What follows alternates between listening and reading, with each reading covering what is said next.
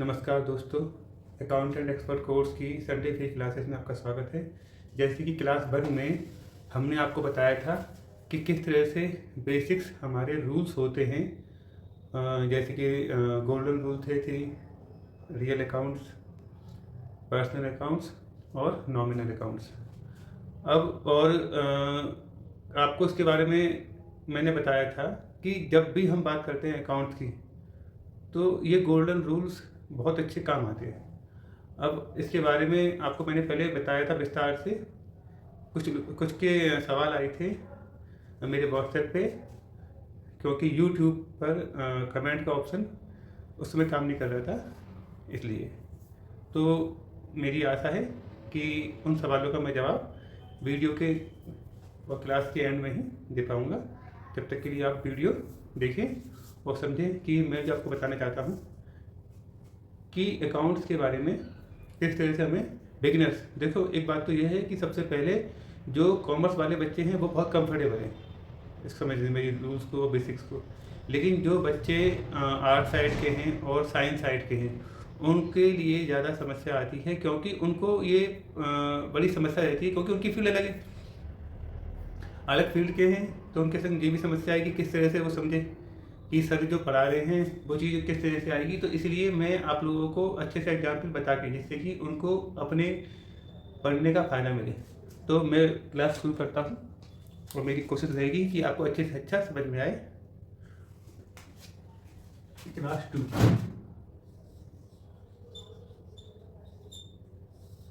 आज डेट हो गई हमारी 30 नवंबर।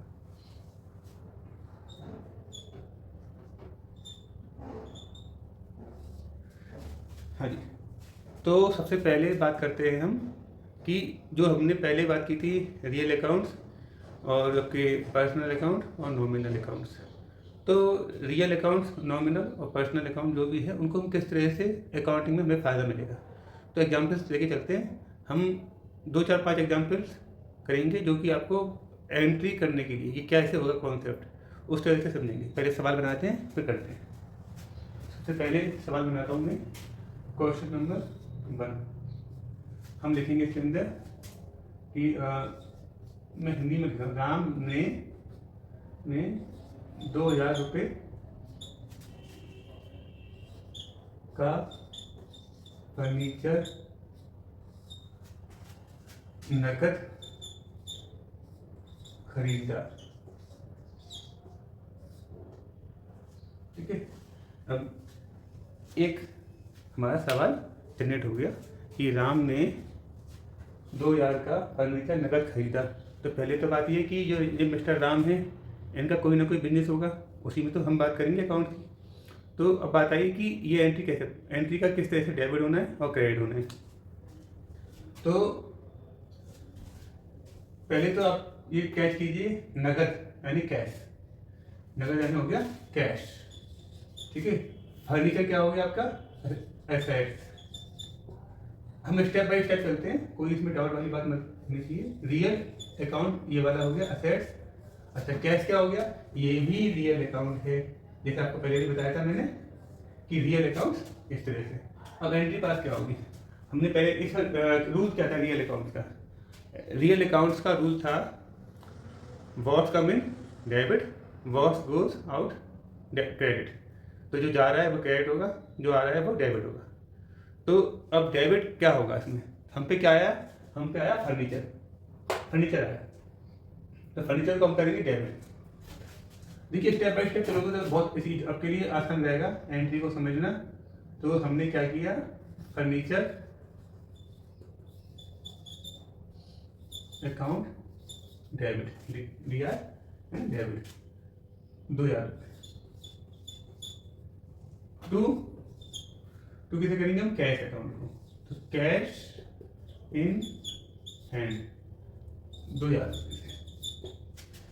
और नरेशन डालना आपको मैंने बताया था पहले भी कि नरेशन डालना बहुत मैंडेटरी रहता है, बहुत अच्छा रहता है। जैसे कि आपको जो भी रीडर है आपकी बुक को पढ़ने वाला, वो बहुत कंफर्टेबल रहता है कि जो काम हुआ वो किस तरह से हुआ, इसलिए आपको नरेशन डालना बहुत जरूरी है। हम लिखेंगे being furniture purchase in cash. अब हम पे कोई बिल नंबर भी मिलेगा तो बिल नंबर डाल देंगे, वाइड बिल नंबर मान लो 26 और डेट कर लो आप उसमें आप 16 अक्टूबर 25। अब मैंने सवाल थोड़ा सा अधूरा लिखा था, मैंने वहाँ पर बिल नंबर और बिल डेट निकाली थी, तो आप ये मान सकते हैं कि सवाल के अंदर बिल नंबर और बिल डेट इस तरह से है। तो एंट्री क्या बनी, फर्नीचर अकाउंट डेबिट 2000 और कैश इन हैंड 2000 से क्रेडिट।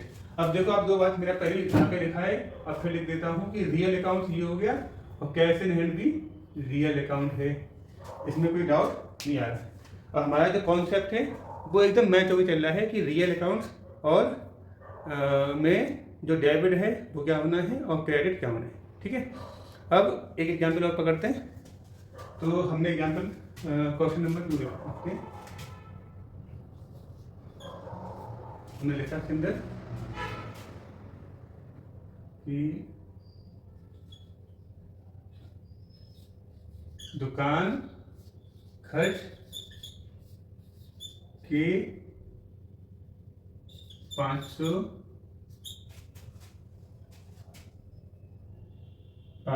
नकद भुगतान किया। हम डेट डाल देते हैं 15 नवंबर 25। अब दुकान खर्च हमारा क्या है, तो आप समझिए दुकान खर्च पहले तो बात हमारा जो रूल था नॉमिनल अकाउंट का कि जो भी हमारे खर्चे होते हैं वो सब डेबिट होते हैं, है ना, और जो इनकम्स होती हैं और इनकम और गेन वो होते हैं क्रेडिट। तो दुकान खर्च ये खर्चा है, नॉमिनल अकाउंट है क्योंकि ये रियल अकाउंट नहीं है और ना ही पर्सनल, क्योंकि पर्सनल अकाउंट में किसी का नाम आता है और रियल अकाउंट में एसेट होती है, ये ना एसेट है ना किसी का नाम है, तो ये क्या होगा, ये आपका रहेगा केवल एक खर्चा जो है नॉमिनल अकाउंट। अब नॉमिनल अकाउंट दुकान खर्चे, तो हम इसकी एंट्री पास कर सकते हैं। तो खर्चे को हम डेबिट करेंगे और पैसे किसने दिए, नगद, यानी कि नगद लिखा है ना, नगद भुगतान किया। तो जो नगद भुगतान किया कैश में, तो कैश का जो पेमेंट किया है वो हमारा इसमें क्या होगा, कैश इन हैंड क्रेडिट होगा। रूल्स क्या है रियल अकाउंट का, what goes out is credit, तो जो जा रहा है वो क्रेडिट होगा और जो आया, क्या आया तो कुछ है ही नहीं, तो यहाँ रियल अकाउंट में अप्लाई नहीं हुआ, तो इसमें क्या अप्लाई हुआ, नॉमिनल अकाउंट। जो ऊपर वाला सवाल था वो रियल अकाउंट दोनों थे, यहाँ पे एक नॉमिनल आ गया एक रियल आ गया। अब कहोगे सर क्या कभी ऐसा हो सकता है कि कभी दो नॉमिनल आ सकते हैं या दो पर्सनल अकाउंट आ सकते हैं, सब आ सकते हैं। ये जो 3 रूल है, ये 3 रूल पे ही पूरी अकाउंटिंग बेस्ड है। तो आप ये 3 गोल्डन रूल्स को अच्छे से याद कीजिए और जो भी डाउट्स हो आप मुझसे पूछ सकते हैं। जैसे व्हाट्सएप पे भी मैसेज जिन लोगों के आए, मुझे अच्छा लगा कि आप लोगों का फीडबैक देख के कि आप लोग बड़ी अच्छे से पढ़ रहे हैं। मुझे तो उम्मीद भी नहीं थी कि आप लोगों का इतना अच्छा रिस्पॉन्स आएगा पढ़ाई के लिए, क्योंकि देखो ख़ास तौर से जो कॉमर्स वाले बच्चे हैं उनके लिए तो ईजी रहता है ये टास्क पढ़ना, पर जो बच्चे साइंस के और आर्ट साइड के हैं उनके लिए ये थोड़ी प्रॉब्लम रहती है, किस तरह से समझें किस तरह से करें। तो उन्हीं के लिए ये चीज़ समझाई जा रही है। देखिए जो कॉमर्स के बच्चे हैं उनको तो ये है कि आप अपना कॉन्सेप्ट, अगर कोई डाउट है तो उसमें आप अपना ठीक कर सकते हैं, लेकिन जिसमें आपका कॉन्सेप्ट का डाउट नहीं है, जिसमें आपको क्लियर है, वो आप आगे बढ़ सकते हैं। लेकिन जो आर्ट साइड वाले हैं और कॉमर्स और जो साइंस के बच्चे हैं उनके लिए बड़ी दिक्कत रहती है, उनके लिए एक अलग कॉन्सेप्ट है और ज़्यादातर स्विच इसलिए करते हैं वो कॉमर्स लाइन में, क्योंकि उनको कहीं ना कहीं अपनी फील्ड में उतना बेनिफिट नहीं दिखता। मैंने कई लोग देखे हैं जो आर्ट साइड से या कॉमर्स साइड से नहीं हैं, वो बहुत अच्छा काम कर रहे हैं, वो अपनी फील्ड अकाउंट की फील्ड में बहुत अच्छा काम कर रहे हैं, क्योंकि अनुभव मिला उनको और काम सीख के काफ़ी अच्छे से कर रहे हैं। और प्रॉब्लम तो सबके पास आती है, मैं नहीं कह सकता कि सबके साथ परफेक्ट हो जाएंगे वो लोग, लेकिन वो लोग कोशिश करते हैं और सीखते भी हैं। तो इसलिए मैं आपसे बता रहा हूँ कि रियल अकाउंट और नॉमिनल अकाउंट का ये सवाल था है हमारा, उसे हम पूरा करते हैं। तो दुकान खर्च को हम बोलते हैं शॉप एक्सपेंसेस।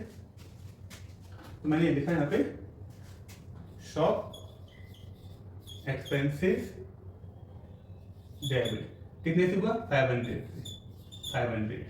इसके बाद हमने क्रेडिट किसे किया, कैश इन हैंड को, कैश इन हैंड को हमने 500 से क्रेडिट कर दिया।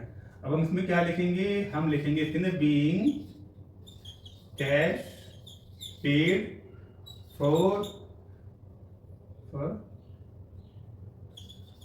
Shop expenses. और आप इसमें लिख सकते हो, अगर आपके पास डिटेल हो, आपने लिखा कि दुकान में खर्च। अब बहुत सारे क्या होता है कि हेड खुले होती है, जैसे कुछ जगह टी एंड फूडिंग यानी चाय पानी का खर्चा होता है, कुछ जगह कोई कस्टमर आया उसके लिए खर्चा हुआ। तो अब क्या है कि आपको ये देखना है कि किस हेड के अकॉर्डिंग आपको एंट्री पास करनी है। खर्चों के आप मल्टीपल हेड बना सकते हैं, खर्चों के मल्टीपल हेड मैटर नहीं करता।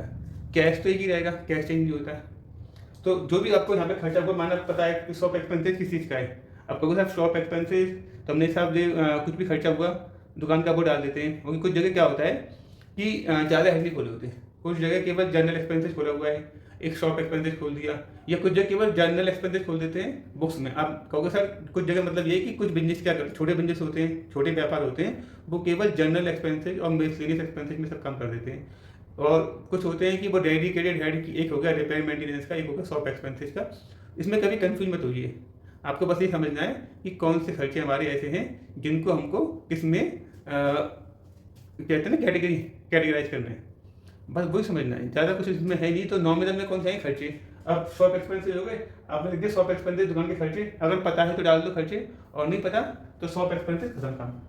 कुछ जगह जनरल एक्सपेंसेस होते ही नहीं है। अब उसने कहा कि दुकान में या और टी एंड फूडिंग चाय पानी खर्चा भी होता नहीं है, वो कहते हैं सारा खर्चा शॉप एक्सपेंसेस हम मानते हैं, चाय पानी जितना भी होगा सब कुछ उसमें कर दिया। उस वाले भी केस में भी शॉप एक्सपेंसेस, तो दुकान के खर्च के पैसे इस तरह से। चलो यहाँ पे इसको ऐसे करते हैं, नहीं इसकी डिटेल नहीं खोलते हैं कि इसमें क्या है, क्योंकि हमें अभी कुछ ना कुछ एग्जाम्पल डालना पड़ेगा इसमें, बजाय इसके इसको चलाएं। अब इसमें ये कौन कौन से अकाउंट को देखो, जो शॉप एक्सपेंसेस है ये हमारा कौन सा अकाउंट है, नॉमिनल। बहुत ध्यान से करो, देखो इसमें ना ये चीज आपको प्रॉब्लम बाद में कर सकती है। मैंने कई बार देखा है कि उल्टी एंट्री पास हो गई, यानी कि डेबिट की जगह क्रेडिट हो गया, जान के नहीं अनजाने में हो जाता है। और कभी कभी कॉन्सेप्ट का मिसकंसेप्शन होता है ना कि उसमें डाउट हो गया, तो यहाँ पे हो गया नॉमिनल और कैश नेट। आगे बढ़ते हैं क्वेश्चन नंबर 3 के लिए। यहाँ पे स्पेस कम है तो साफ कर देते हैं इसको।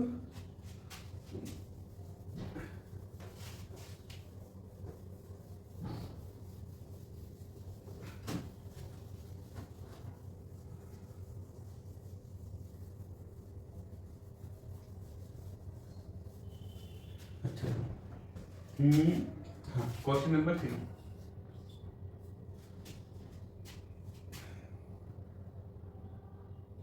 Cash paid for new car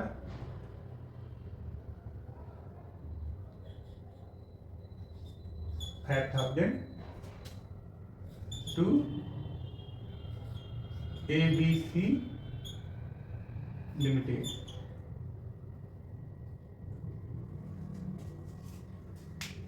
cash paid कर दिया हमने न्यू कार के लिए ABC लिमिटेड, यानी कि ABC लिमिटेड कोई जो न्यू कार, जो कार होती है ना, कार बेचने वाली कंपनी है जो कार बेचती हैं।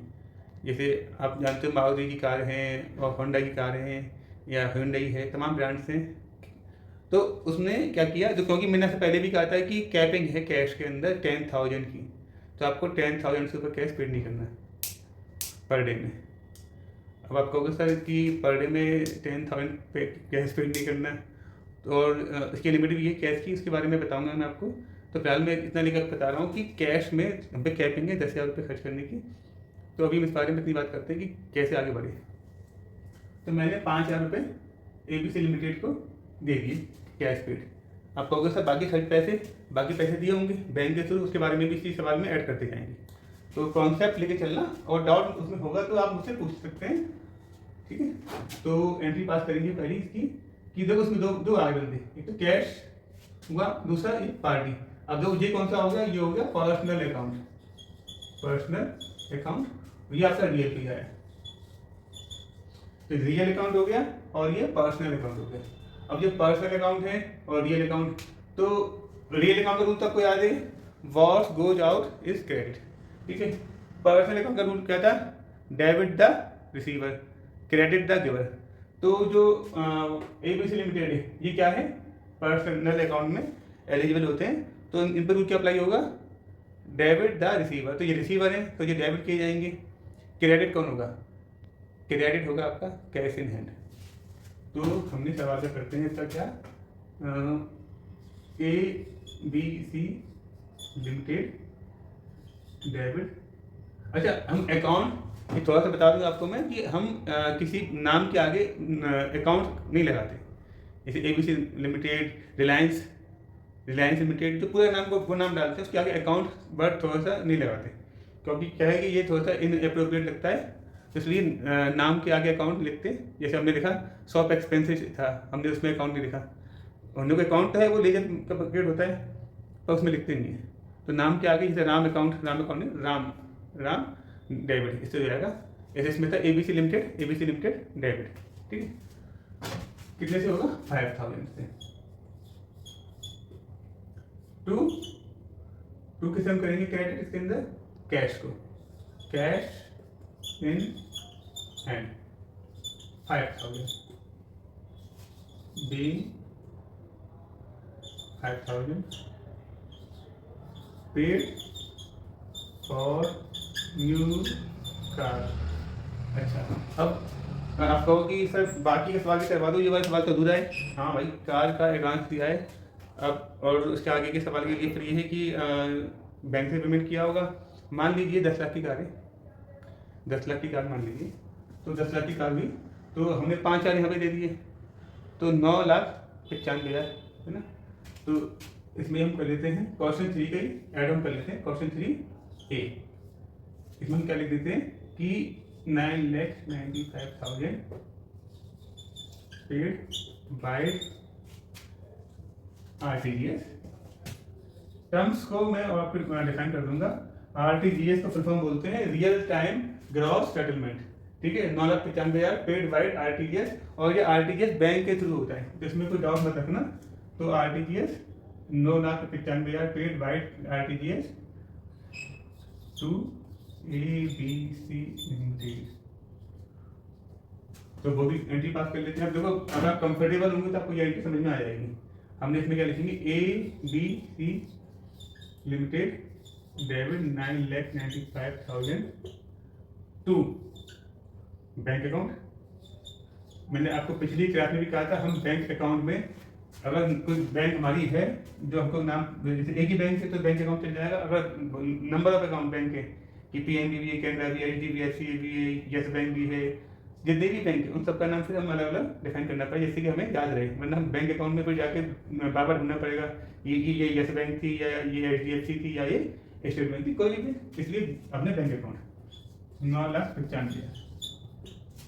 इसकी भी नेक्स्ट टर्म आ जाएगी कि बीइंग, मैं लिख देता हूँ बीइंग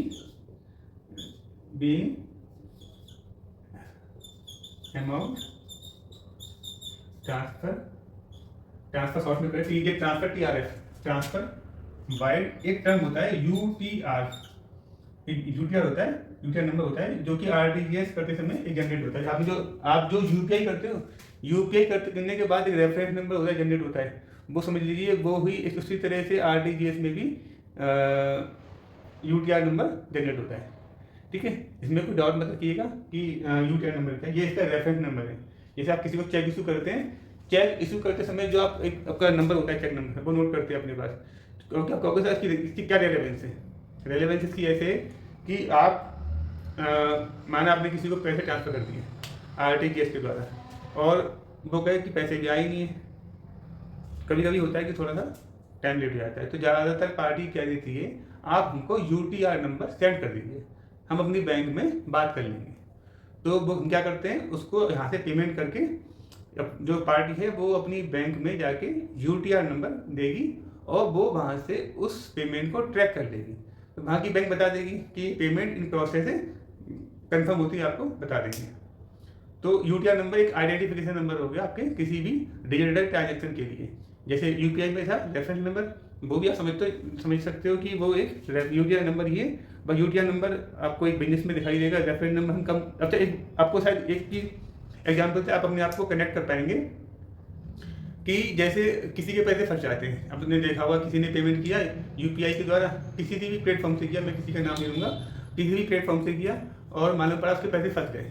कि पार्टी को कह रही है कि मेरे पास पैसे नहीं आए, किसी ने 100 रुपये का सामान खरीदा, स्कैन किया QR कोड और पैसे ट्रांसफ़र कर दिए 100 रुपये, लेकिन वो बोला मेरे पास तो नहीं आए पैसे, ना उसके बैंक अकाउंट में रिफ्लेक्ट किया, ना उसकी आज तो मशीन बोल देती है कि आपका पैसे इतने आ गए, तो तमाम ऐप से जो बताते हैं कि पैसे आ गए, तो वो नहीं बोला। तो उसमें आप क्या करते हो, तो आप दुकानदार कहता है भैया पैसे मेरे पास तो आए नहीं है, या तो सामान वापस कर जा या फिर कैश दे जा।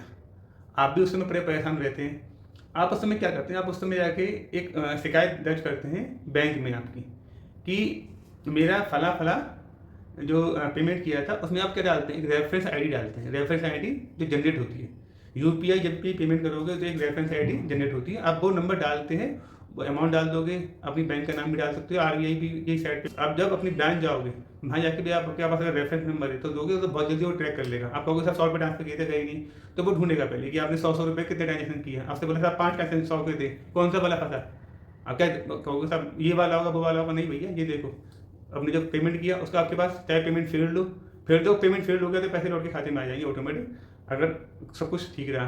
अगर कोई भी दिक्कत आई तब क्या होगा, ये पैसे फंस जाते हैं बैंक में। तो उसमें आपको क्या करना पड़ता है, बैंक को एक एप्लीकेशन दो या फिर ऑनलाइन कंप्लेंट कर दो, और वहाँ पर वो रेफरेंस आईडी आपको नंबर दे के पेमेंट आपके पैसे आ सकते हैं। मेरा खुद के पैसे फंसे थे एक बार 500, उस टाइम पे तो यूपीआई था ही नहीं, मैंने एटीएम से पैसे निकाले थे 500 रुपीज़, मगर मैसेज आ गया 500 कटने का, लेकिन एटीएम ने पैसे कुछ दिए नहीं। मैंने फिर 500 फिर से ट्रांजेक्शन किया, वो वाले पैसे आ गए, लेकिन मैंने देखा खाते का बैलेंस वो 1000 से डेबिट हो चुका था, जो कि मुझे उम्मीद थी कि 500 से होना चाहिए, यानी कि मेरे पास से 500 की जगह 1000 रुपये चले गए थे। मैंने 2 बार ट्रांजेक्शन किया, फर्स्ट टाइम में फेल्ड हो गया, पर एटीएम मशीन ने उसे अकाउंट में दिखा दिया कि आपके पैसे चले गए, आपके पास चले गए, सीधी बात। तो अब क्या हुआ, मैंने क्या किया, मैंने फिर अपनी बैंक का कस्टमर केयर पे फ़ोन लगाया और कहा उनसे कि सर मेरे पैसे ये ट्रांजेक्शन नहीं हुए, क्या साथ में मिला नहीं। तो उन्होंने मुझसे कहा आप अपनी ब्रांच में जाइए, और क्योंकि उस दिन संडे था, मुझे आज भी याद है संडे था, तो मैं अपनी ब्रांच में गया सेकंड डे। तो वो बैंक होती थी यूनाइटेड बैंक ऑफ इंडिया, जो कि अब पीएनबी में मर्ज हो गई, और यहाँ से मैंने अपना अकाउंट बंद कर दिया क्योंकि मेरे मल्टीपल अकाउंट खुल गए थे। तो पीएनबी अकाउंट में ट्रांसफर हो गई, तो वो यूनाइटेड बैंक ऑफ इंडिया थी, बहुत अच्छी बैंक थी, बहुत अच्छा काम करती थी। वहाँ पे मैं गया कि सर मेरे पैसे वो कैश निकाले थे, मुझे पता भी नहीं था क्या करना पड़ेगा। तो वो बोले एक एप्लीकेशन लिख के दे दीजिए, हम कर देंगे आपका। मैंने ठीक है भाई, मैंने लेके एप्लीकेशन लिखी। अच्छा मेरे पास उस समय कोई रेफरेंस नंबर, क्योंकि एटीएम से पेमेंट निकालने का कोई रेफरेंस नंबर कुछ भी नहीं था। मैंने बस लिखा था 500 का ट्रांजेक्शन किया था 2 बार, जिसमें कि पहली बार का 500 का ट्रांजेक्शन में मेरा अमाउंट नहीं आया, और दूसरे वाले मेरे पैसे 500 निकले, तो मेरे 500 वापस दिलाने की कृपा कीजिए। तो बैंक ने कहा ठीक है, आप विदिन 1 मंथ, वो सॉरी विदिन 1 वीक, बोले 1 वीक आपको 1 हफ्ते में मिल जाएगा। मैंने कहा ठीक है, मैं भी बड़ा सुकून से घर पे आ गया, चलो पैसे मेरे मिल जाएंगे, और मुझे मिल भी गए। 1 हफ्ते बाद मैं गया तो बैंक में, मैंने कहा भाई पासबुक अपडेट कर दो। उस टाइम पे मोबाइल बैंकिंग नहीं थी, तो एसएमएस भी कम आते थे, तो सिंपल सी बात है पासबुक अपडेट का बहुत अच्छा फंक्शन था, और बैंक वाले बहुत इजीली कर भी क्या करते थे पासबुक अपडेट। अब क्योंकि ऑनलाइन हो गया, सब लोग कहते हैं कि पासबुक अपने मोबाइल से ही कर लीजिए। तब मैंने पासबुक में देखा तो 500 रिटर्न होकर आ गए थे। अब आप कहोगे पैसे फंसे कहाँ, पैसे फंसे वो एटीएम में, एटीएम की काउंटिंग में वाले 500 ज़्यादा बोलेंगे। तो बैंक अपने आपस में जब करता है रिकन्सिलेशन करते हैं, करते हैं मिलान, कि एटीएम में पैसे जितने रखे थे उन में से कितने रुपए निकले और कितने रुपए का बैलेंस बचा। अब वो देख रहे हैं 500, हो सकता है मुझ जगह से और भी लोग, जिन लोगों के पैसे हों, तो जिन के दावे आते जाएंगे वो उनके दावे के वो ओके करते जाएंगे। माना उसमें 1 लाख रुपए ज़्यादा बोल रहे हैं, तो और भी लोगों के पैसे दिक्कत फंस गए हों, किसी के 20,000, किसी के रह गए, किसी को कुछ, इस तरह से उस टाइम की बात है। तब ये शायद 2007 की बात कभी रही होगी, 2007, तो उस समय की बात है, तो 18 साल हो गया आज तो उस टाइम की बात है। तब उन्होंने फिर मुझे 1 हफ्ते बाद पैसे वापस दिए। तो बैंक का सिस्टम चलता है अपने हिसाब से। तो मैंने उस समय रेफरेंस नंबर नहीं दिया, पर आज की डेट में बैंक का रेफरेंस नंबर आपको ऑनलाइन भी डालना पड़ता है वेबसाइट पे, कि रेफरेंस नंबर दिया था।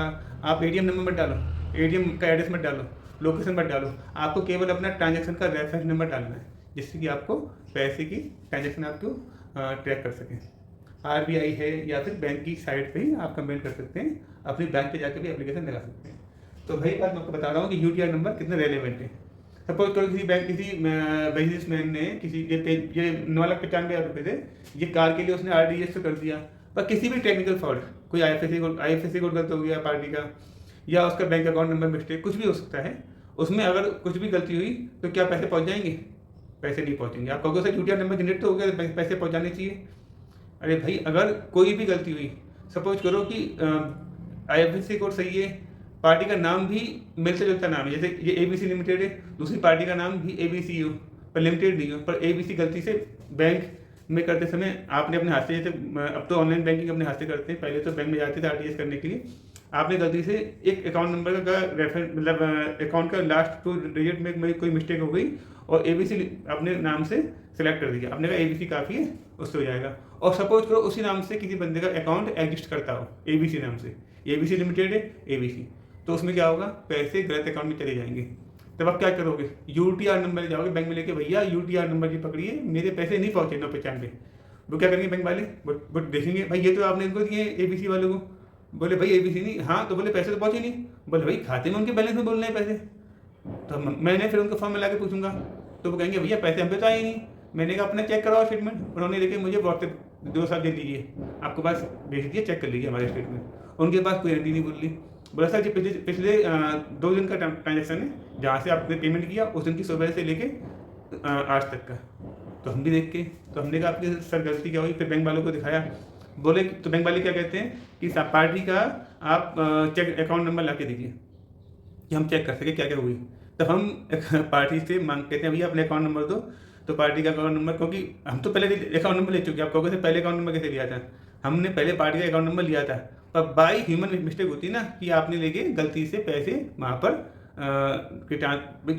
कार लेनी खुशी कुछ ज़्यादा होती लोगों को, तो उसमें बड़ी खुशी खुशी में मालूम पड़ा उसने अकाउंट नंबर गलत डाल दिया, अकाउंट गलत ऐड हो गया, और गलत अकाउंट ऐड हुआ तो पैसे गलत खाते में चले गए।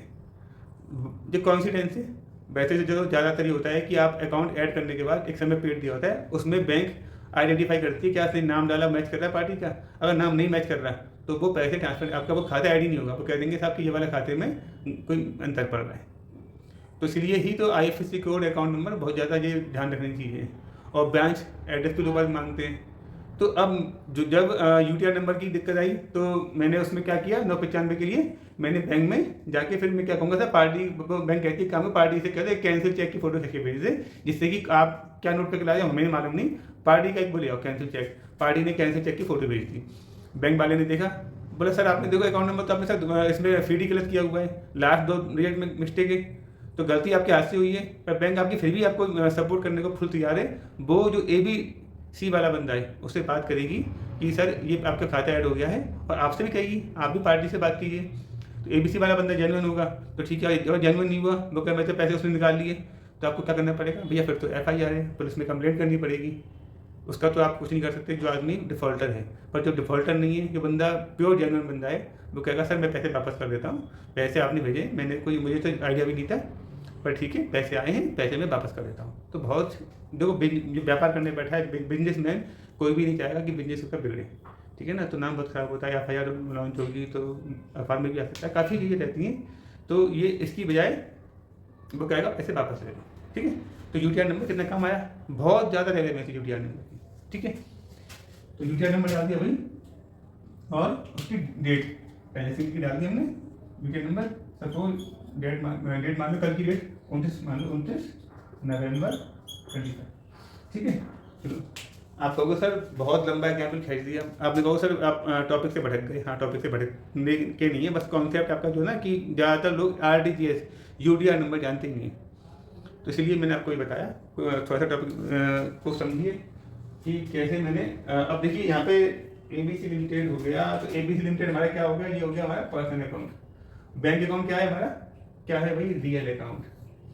तो रियल अकाउंट हो गया, पर्सनल अकाउंट यहाँ भी कर लो, पर्सनल अकाउंट, यहाँ पे cash in hand real account. अच्छा एक और चीज़ कि 10 लाख का पेमेंट पार्टी को हमने कर दिया, तो क्या हम उसके अंदर कार आई नहीं आई, कार भी चाहिए होगी, एक कार की परचेज की एंट्री कर लेते हैं। तो कार की परचेज की एंट्री क्वेश्चन नंबर 3 जो है, क्वेश्चन नंबर 3 का ही इसमें B कर लो, A कर चुके ना कि कार कैश, कार लिखना था कैश लिख दिया, चलो हाँ जी, car purchase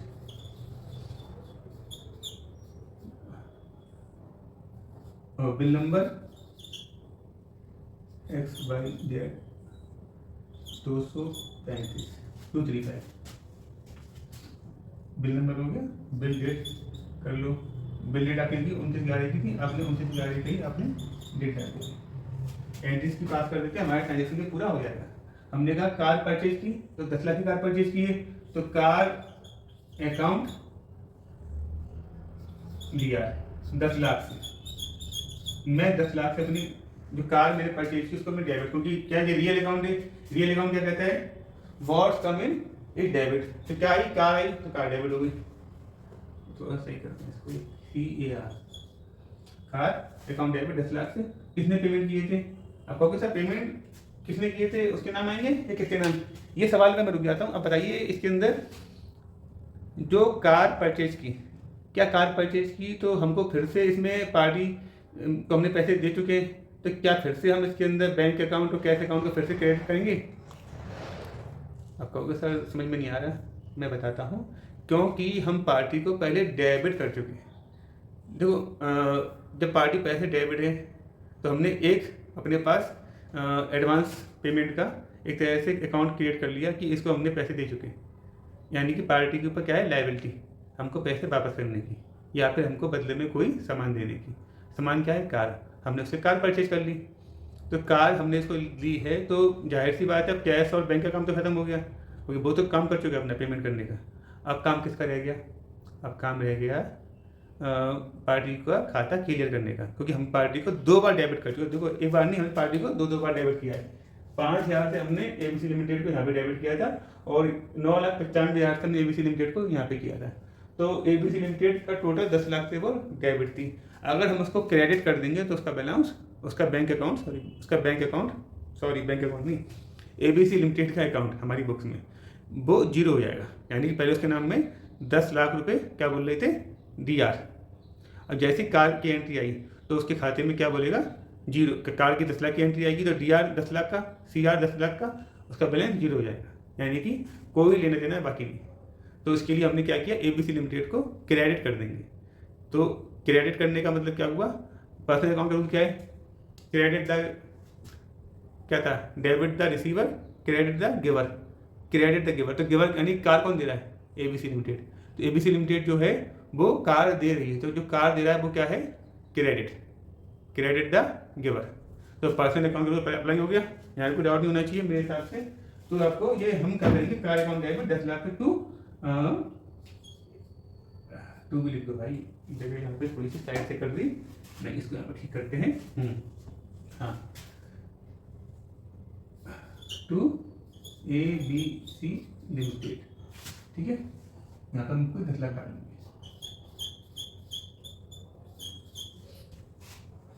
being bill number, अब देखो इसमें मैंने पहले जैसे कुछ में रिपीट किया, यहाँ पर मैंने कैश रिपीट नहीं किया है, अमाउंट ट्रांसफर लिखते हैं, क्योंकि मैं यहाँ पे अमाउंट डालता तो कोई फायदा नहीं था। तो नरेशन आपके ऊपर है, नरेशन तो आपके ऊपर है, कैसे आपको डालना है। तो नरेशन में यहाँ पे डालूंगा बिल नंबर सीधे, बीइंग बिल नंबर। पर नरेशन होनी ऐसी चाहिए कि जो रीडर को वन टाइम में एकदम क्लियर हो कि ये चीज़ ये लिखी, ऐसा नहीं है कि वो कंफ्यूज हो कि यार क्या लिखा हुआ है, समझ में नहीं आ रहा। अकाउंटेंट साहब आप बताओ, अकाउंटेंट कहेगा सर ये लिखा तो है सर, ये बुक है भाई मुझे तो मालूम पुरानी, अरे वो कहेगा सर अरे ये तो एंट्री उस चीज़ की है। तो आपको अगर आप ऑनर हुए तो आपको कितना गुस्सा आएगा कि यार ये अकाउंट कर रहा है, ठीक है सब कुछ कर रहा है, पर कम से कम मालूम तो पड़े। तो इसका मतलब ये होगा कहीं ना कहीं हमको ये चीज़ समझनी पड़ेगी कि हमको जब भी अपनी बुक्स को अपने हिसाब से जब भी हम चाहते हैं लिखना, तो नरेशन की इतनी रोल ये प्ले करता है। नरेशन, अगर नरेशन गलत होगी ना तो रीडर को बड़ा परेशान। अब जब सोचो फर्म का मालिक, जो बिजनेस जो आपका मालिक है, वो कहेगा भाई कि आपने क्या लिखा है, आपने एक कार डेबिट कर दी। तो अकाउंटिंग मालिक फर्म का जानता तो आपको रखता क्यों, पहली बात आपको उसे जानता फिर भी रख रहा है, हाँ रख रहा है क्योंकि उसके पास टाइम नहीं है, उसके पास टाइम नहीं है इतना कि वो दिमाग मारे कि बार बार अकाउंट में। वो आपका काम चेक कर लेगा, क्या रिपोर्ट की वो चेक कर लेगा, लेकिन फिर भी उसको एक बंदा चाहिए, क्योंकि वो दिन भर बैठ के फीडिंग करने वाला नहीं है। आपको बोलता है फीडिंग के लिए बंदा अकाउंटेंट होगा, नहीं, एक बंदा फीडिंग के लिए होता है, एक अकाउंट सेट करने के लिए होता है। आपको अकाउंट सेट करने क्या होता है, वो आप जब अकाउंट में कोई बंदा जब परफेक्ट हो जाता है तो एक अकाउंटेंट आ जाता है, एक उसका असिस्टेंट अकाउंटेंट होता है, वो दिन भर फीडिंग का काम करते रहता है। फीडिंग मतलब बुक्स की, अकाउंट की डिटेल भरना अकाउंट्स में। तो तो आपने जितनी अच्छी नरेशन दोगे तो आपने इसका कार लिख दिया, अब यहाँ पे आप ये लिख दो, ये बिल नंबर लिख दिया और बिल की डेट डाल दी।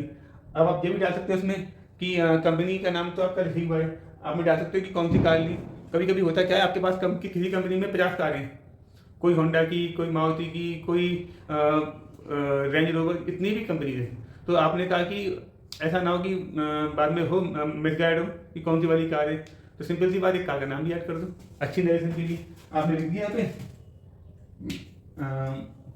कौन सी कार लेटेस्ट चल रही है मुझे पता नहीं, पर मान लो स्विफ्ट डिजायर, आप लिख दो स्विफ्ट डिजायर, डिजायर बाइक, ठीक है, बाइक के तरह मेंशन कर दो, कोई दिक्कत नहीं। इससे क्या होगा कि जो रीडर है वो कहेगा कि हाँ भाई ये स्विफ्ट डिजायर की एंट्री पास है। आप कहोगे सर इससे फ़ायदा क्या मिला? फ़ायदा मिला नंबर ऑफ एंट्रीज में। आपने देखा, अब माना साल में 5 कार परचेज की, तो उसने कहा आपसे, आपके मालिक ने, यानी कि बिजनेस के ऑनर ने, कि साल में कितनी कार परचेज की है, सबकी डिटेल लेके आओ। आपने कहा सर ये लो, अब उसमें कहीं पे नाम नहीं खुल रहा किसी भी एंट्री में, नरेशन में। बस अब बताओ, एबीसी लिमिटेड माना 3 तरह के ब्रांड आपको बेच रही हो, यानी एक मारुति का भी ब्रांड पकड़ रखा हो, एक होंडा का भी, एक हुंडई का, ऐसा होता नहीं है। ज़्यादातर एक ब्रांड की लेते हैं, फिर दूसरी कंपनी दूसरे ब्रांड होता है। तो आप कहोगे कि सर 3 कंपनियाँ हैं, तो मालिक ये याद रखेगा कि एबीसी लिमिटेड से ये वाली कार आई होगी, XYZ से ये आई होगी, और अदर कंपनी की और कार आई होगी। वो दिमाग नहीं मांगने वाला इन चीज़ों में। तो कहेगा आप बताइए कि वो कहेगा मैं कैसे समझूँ कि कौन सी कार कौन सी है। तो आपको क्या करना पड़ेगा उस समय? डिफाइन, नरेशन में डिफाइन कर दो। बहुत से ऐसे कर देते हैं, क्या कार में ना आगे डाल देते हैं स्विफ्ट डिजायर, कार के आगे डाल देते हैं कि जो रेंज रोवर डाल दी, जो भी कार का नाम है वो डाल दी। उससे क्या होगा फ़ायदा कि रीडर मतलब मालिक हो गया, या फिर आपका कोई ऑडिटर हो गया, या फिर इनकम टैक्स वाले, कुछ भी, भगवान न करे किसी का इनकम टैक्स छापा पड़े या किसी का सर्विस हो, फिर भी अगर ऐसा होता है तो उस केस में आपके लिए बड़ा फ़ायदेमंद रहेगा फुल नरेशन डिटेल जानना। ठीक है, तो हमने रियल अकाउंट्स की बात कर ली, पर्सनल की बात कर ली, और नॉमिनल की बात भी कर ली। मेरे हिसाब से काफ़ी एग्जाम्पल हो गए। तो इसके टॉपिक आगे बढ़ते हैं। तो सबसे पहले हमारा सेल्स रजिस्टर, मैं लिखते जाता हूँ, आप नोट कीजिए और इसके बारे में बात करेंगे अच्छे से। तो sales register, sales register, sales register जो है हमारा, इसके अंदर आपकी एक तो होती है लोकल सेल। लोकल सेल से मतलब हो गया विद इन सिटी, शहर के अंदर, ठीक है। दूसरी होती है शहर के बाहर, तो एक शहर के बाहर होगी। तीसरी होती है दूसरे राज्य में। आप कहोगे शहर से बाहर और दूसरे राज्य में अंतर क्या है? दूसरे राज्य से मतलब हो गया हमारी स्टेट से अदर स्टेट, ठीक है। और चौथी होती है हमारे देश से दूसरे देश। इस तरह 4 तरह की मैंने सेल को कैटेगरी में आपको दिखा रहा हूँ। तो पहली सेल होगी लोकल सेल, पहला पॉइंट हो गया लोकल, साफ लिख दें इसको,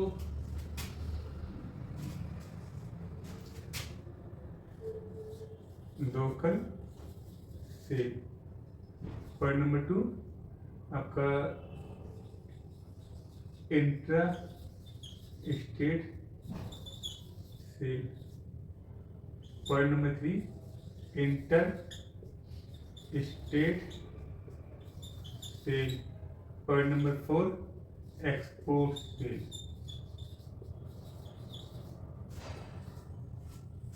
तो हमारी ये लोकल सेल हो गई, इंट्रा स्टेट हो गई, इंटर स्टेट हो गई, और एक्सपोर्ट सेल हो गई। तो सेल्स में आप ये पॉइंट नोट कर लीजिए। लोकल सेल, लोकल सेल के बारे में मैंने बताया आपको कि लोकल सेल आपकी जो रहेगी वो रहेगी आपकी with in city.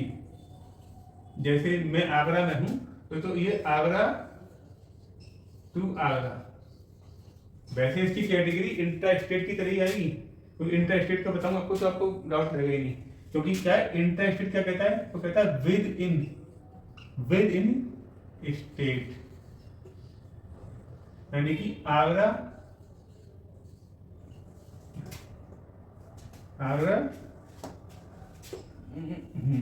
Agra to मानो गाजियाबाद। गाजियाबाद की स्पेलिंग थोड़ी सी गाजियाबाद इसलिए गाजियाबाद, ठीक है। तो अब आगरा यूपी के अंदर है, गाजियाबाद भी यूपी के अंदर है, तो ये इंट्रा स्टेट सेल हो गई। और आगरा टू आगरा ये भी इंट्रा स्टेट सेल की पार्ट है, पर मैंने लोकल सेल इसलिए लिखा है कि आप कंफ्यूज ना हो। होता क्या जा रहा था कंफ्यूजन की वजह से कि साहब इंट्रा स्टेट सेल लिखी थी सर ने वहाँ पे कुछ ऐसे बताया था, समझ में नहीं आ रहा। तो लोकल सेल जो है ना वो बस इतना काम करती है आपके लिए, ये मैं बताने के लिए मैं आपको किया कि जिससे आपको डाउट न रहे कि कैसे इसमें हो रहा है। तो लोकल सेल आपकी हमारा जो शहर है उसके अंदर हमने किसी को बांध बेचा तो वो लिखी है मैंने। पर वैसे दोनों कैटेगरी भैया सुन लो अच्छे से, ये दोनों कैटेगरी जो है, दोनों कैटेगरी क्या है, इंट्रा स्टेट, यानी कि intra state within state. तो within state Agra to Agra भी है और within state Agra to Ghaziabad, ठीक है। अब इंटर स्टेट की बात करते हैं। इंटर स्टेट क्या बात कर रहा है, ये कह रहा है आपका अदर स्टेट में, यानी कि आपने कहा कि आपने आगरा से गुड्स भेजा अहमदाबाद,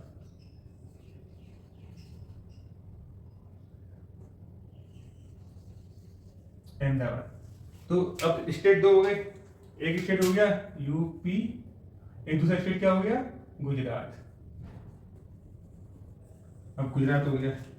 स्पेलिंग मिस्टेक आप लोग कंफर्टेबल होना, क्योंकि क्या है स्पेलिंग मिस्टेक लिखने में हो सकती है। तो आगरा यूपी में हो गया, अहमदाबाद गुजरात में हो गया। तो ये क्या इंटर स्टेट, तो इंटर स्टेट और इंट्रा स्टेट में डिफरेंस इस चीज़ का है। इंटर स्टेट बात करता है दूसरे राज्य की और इंट्रा स्टेट बात करता है हमारे राज्य की। आप कहोगे साहब राज्यों में बंटवारा कर रहे हो, बंटवारा नहीं, अकाउंटिंग में बंटवारा करना है, क्योंकि जीएसटी जो है ना वो इंट्रा स्टेट और इंटर स्टेट को ही मानती है। अब आप कहोगे कि जीएसटी ने जब बांटा हुआ है तो हम क्या कर सकते हैं, लेकिन देश तो हमारा एक ही रहेगा ना। तो इसलिए कोई ये मत सोचना कि साहब आप तो देश को बांट रहे हो, देश नहीं बांट रहे भैया, हम तो एक कॉन्सेप्ट समझा रहे हैं जो जीएसटी के रिगार्डिंग आप जरा से नोट कर लीजिए। क्योंकि एक्सपोर्ट सेल तो सिंपल है कि इंडिया से बाहर माल गया, एक्सपोर्ट सेल। एक एक्सपोर्ट सेल वो भी होती है जो हम SEZ को बेचते हैं।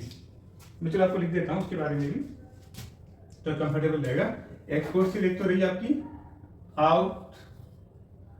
आउटसाइड ऑफ इंडिया, चाहे नेपाल को भेजी, चाहे अफगानिस्तान और एटसेट्रा, यानी कोई भी देश हो, यानी कि इंग्लैंड, जापान, कोई भी अदर देन इंडिया के अलावा। एक तो ये एक्सपोर्ट सेल होती है, एक होती है डीम्ड एक्सपोर्ट।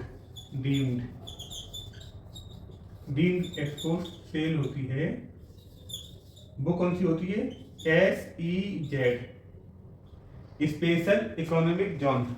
एक इनकम टैक्स में ये टर्म दिया हुआ है स्पेशल इकोनॉमिक जोन, जो कि गवर्नमेंट ने आइडेंटिफाई कर रखा है। जैसे कि नोएडा है, नोएडा में भी एक SEZ है, उसको लोग बोलते हैं NSEZ, Noida special economic zone.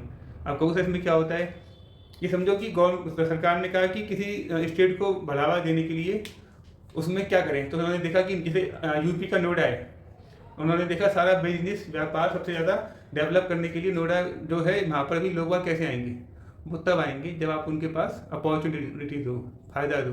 तो सरकार ने क्या किया, उन लोगों को एक कहा कि आप यहाँ पे आके काम कीजिए, आपको अगले 10 साल के लिए बेनिफिट दिए जाएंगे। बेनिफिट से मतलब टैक्सेस में बहुत राहत दे देते हैं, तमाम मतलब स्टार्टअप्स को फायदे, तमाम तरह के जो बेनिफिट हैं वो दिए गए SEZ को। इससे क्या हुआ, SEZ में जितने भी लोग थे रोजगार उनको मिला।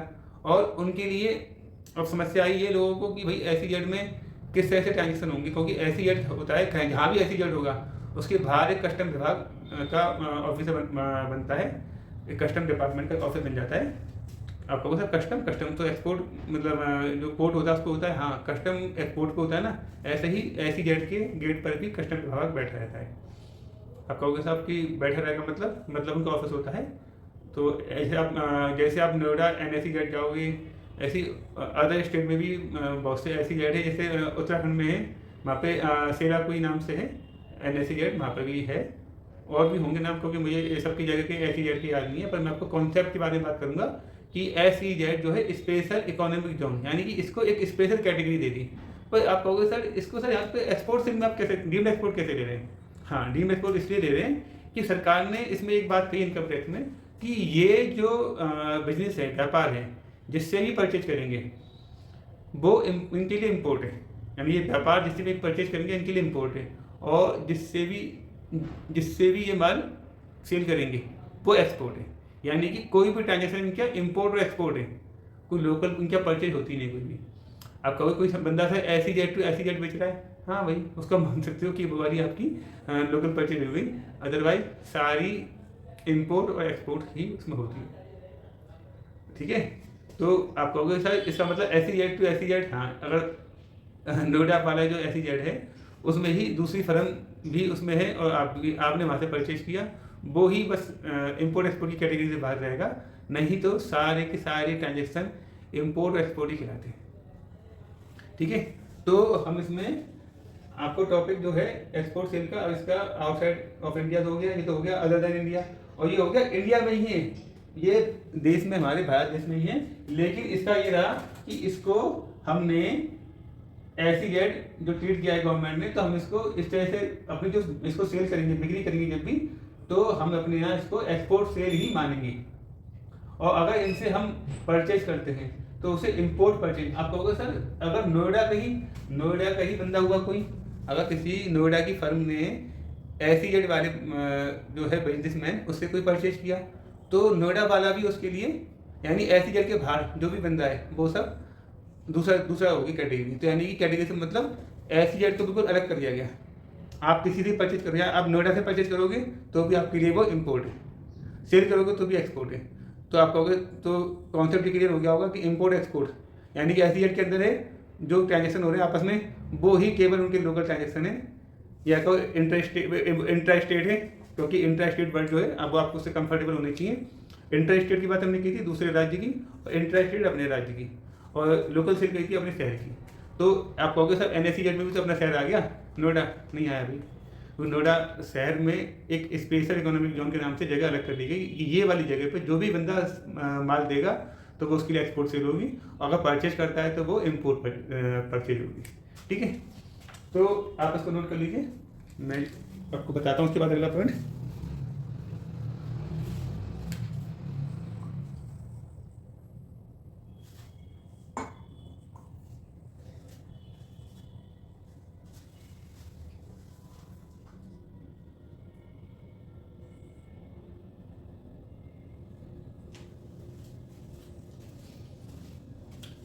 ठीक है, तो आगे बढ़ते हैं। Purchase register, point number 1, local purchase, जो लिखा हमें था लोकल परचेज। दूसरी इंट्रा स्टेट परचेज, परचेज को अपने साथ इसमें इंक्लूड कर लेना, inter state purchase. Point number 4, import purchase. वही कॉन्सेप्ट लोकल परचेज, यानी कि आगरा टू आगरा। अगर आप रहते हो दिल्ली में तो दिल्ली टू दिल्ली आपने दिल्ली में ही आपने किसी से माल खरीदा तो परचेज आपका हो गया लोकल परचेज। आपने दिल्ली में बैठे हो और आपने माल परचेज किया बॉम्बे से, यानी अपने यहाँ वो नाम है मुंबई से परचेज किया आपने दिल्ली में माल, तो क्या रहेगा नाम उसका? Inter state. वो आ गया कैटेगरी 2 में, इंटर स्टेट में। और इंट्रा स्टेट तो दिल्ली तो भैया एक ही दिल्ली है अपने आप में, और तो है नहीं इसके अंदर कोई भी। दिल्ली अपने आप में एक ही स्टेट है, उसमें अगर एग्जाम्पल पकड़ो उसमें आगरा का या पकड़ो मुंबई का, तो जो महाराष्ट्र में मुंबई है, तो महाराष्ट्र में मुंबई है, तो मुंबई में किसी ने मुंबई से दूसरा जो स्टेट है औरंगाबाद हुआ, और जो है नासिक हुआ, या त्र्यंबकेश्वर है, वहाँ पर किसी से भी, क्योंकि मैंने ये जगह देखी है तो असली मालूम मुझे त्र्यंबकेश्वर। तो नागपुर हुआ और भी जो भी स्टेट्स हैं जो महाराष्ट्र के, वहाँ से परचेज करेगा मुंबई का पर्सन, तो वो उसके लिए क्या होगी, इंट्रा स्टेट परचेज। अगर वो परचेज करेगा मुंबई के बाहर से, यानी उसने परचेज किया मान लो परचेज किया आगरा से, लेट से कि उसने आगरा से परचेज किया, तो उसके लिए वो इंटर स्टेट परचेज ही कहलाएगी। ठीक है ना। तो मुंबई टू मुंबई वो ही उसकी लोकल परचेज। मुंबई उसने परचेज की, मुंबई में परचेज की किसी और उससे और शहर से जो कि महाराष्ट्र में आता है, वो ही आपकी इंट्रा स्टेट परचेज। और तीसरा पॉइंट आपका मैंने बताया कि आप उसने अगर दूसरे स्टेट से परचेज किया, माना उसने गोवा से परचेज कर लिया, तो क्या हो गया उसका इंटर स्टेट परचेज। और चौथा पॉइंट, उसने इंडिया के बाहर से इंपोर्ट किया, कोई परचेज किया, तो इंपोर्ट परचेज। अच्छा एक बात बहुत ध्यान से, इंपोर्ट परचेज या एक्सपोर्ट सेल जो है, इसमें आप इंपोर्ट परचेज को बहुत से लोग क्या करते हैं कि एक्सपोर्ट सेल तो भाई ठीक है, आपने कोई अपने जो सेल्स करते हो, क्योंकि ज़्यादातर हम सेल्स अपने गुड्स करते हैं। और तो परचेज भी तो हम सब परचेज ही करते हैं, हाँ करते तो हैं, पर हम बाहर से मशीन भी मंगाते हैं, तो मशीन हमारे बिजनेस का रेगुलर पार्ट नहीं ना। जैसे हमने लास्ट टाइम भी बात की थी कि हमने लास्ट टाइम ये बात की थी कि हमारा जो बिजनेस है उसकी मेन एक्टिविटी क्या है। मेन एक्टिविटी बिजनेस की क्या है, जैसे सपोज करो कोई है जूते वाली कंपनी जो कि जूता बनाती है, जूता बना के एक्सपोर्ट करती है ना। तो उसका काम क्या है, जूता बनाने का, और वो ये बड़े लेवल पे बहुत अच्छे से जूता बना रही है और एक जगह एक्सपोर्ट कर रही है। अब उसकी एक पास क्या है कि वो जो कंपनी है उसने जूता एक्सपोर्ट किया, तो एक्सपोर्ट के करने के लिए उसने रेगुलर बिजनेस क्या हुआ उसका, जूते का एक्सपोर्ट करने का। और उसका परचेज करने का क्या परचेज करेगा, वो उसका रॉ मटेरियल परचेज करेगा और भी चीज़ें जो कि उसमें काम आएगी। लेकिन आपने कभी ये सोचा है कि उसकी मशीन जो है जूता बनाने की, या जूते में कोई भी क्योंकि तमाम तरह के उसमें बोलते हैं सेगमेंट कि स्टेप बाय स्टेप पे पहले जूते की कटिंग होगी, फिर जूते के हिसाब से पे कटिंग के हिसाब से फिर स्टिचिंग होगी, स्टिचिंग के बाद उसमें मोल्डिंग होगी, तमाम चीज़ें हैं जिसके बाद जूता बनता है। आपको जूता जो पहनते हो उसमें कई सारे हो गए एक प्रोसेस, एक जूता बनता है, तो उसके लिए मशीन चाहिए होती है। अब बहुत सी मशीन इंडिया एक्सपोर्ट तो मतलब इम्पोर्ट ही करता है विदेश से, तो वो क्या है, जैसे उसने मशीन इम्पोर्ट की उसने, तो अब मशीन तो उसका जो इम्पोर्ट की, तो क्या उसका ये रेगुलर परचेज है, उसका क्या बिजनेस का ये रेगुलर बिजनेस का लेन देन है, नहीं है, ये तो एक अलग सा हो गया, क्योंकि आपने एक एसेट परचेज की, इम्पोर्ट आपने जो परचेज की है, आपने एक एसेट परचेज की है, ना कि आपने कोई रेगुलर। अगर आप बाहर से आप कहो कि सर उसने माना एसेट परचेज नहीं की, मशीन परचेज नहीं की, उसने लेके बाहर से लेदर परचेज कर ली, या होता है माइक्रो फार्म होती है वो परचेज कर ली, हाँ वो उसका रेगुलर बिजनेस का हो गया, रेगुलर बिजनेस व्यापार में जो ट्रांजेक्शन होता है। लेकिन जो उसने मशीन लिए उसने जूते बनाने के लिए, तो जाहिर सी बात है जब जूते बनाने को मशीन लेगा तो वो उसके लिए एक एसेट क्रिएट करती है। तो आप ये समझ सकते हो कि आप कभी एसेट्स यानी कि ट्रांजेक्शन जो परचेज का है, सारी परचेज केवल आपके रेगुलर बिजनेस में आएगी ऐसा नहीं होगा। जो परचेज आपकी रेगुलर एक्टिविटी से अलग है, जैसे मशीन परचेज की, वो आपके एसेट में जाएगी, बाकी सब इंपोर्ट परचेज में जाएगी। ठीक है, तो अगला पॉइंट करते हैं, आप पे नोट कर लीजिए।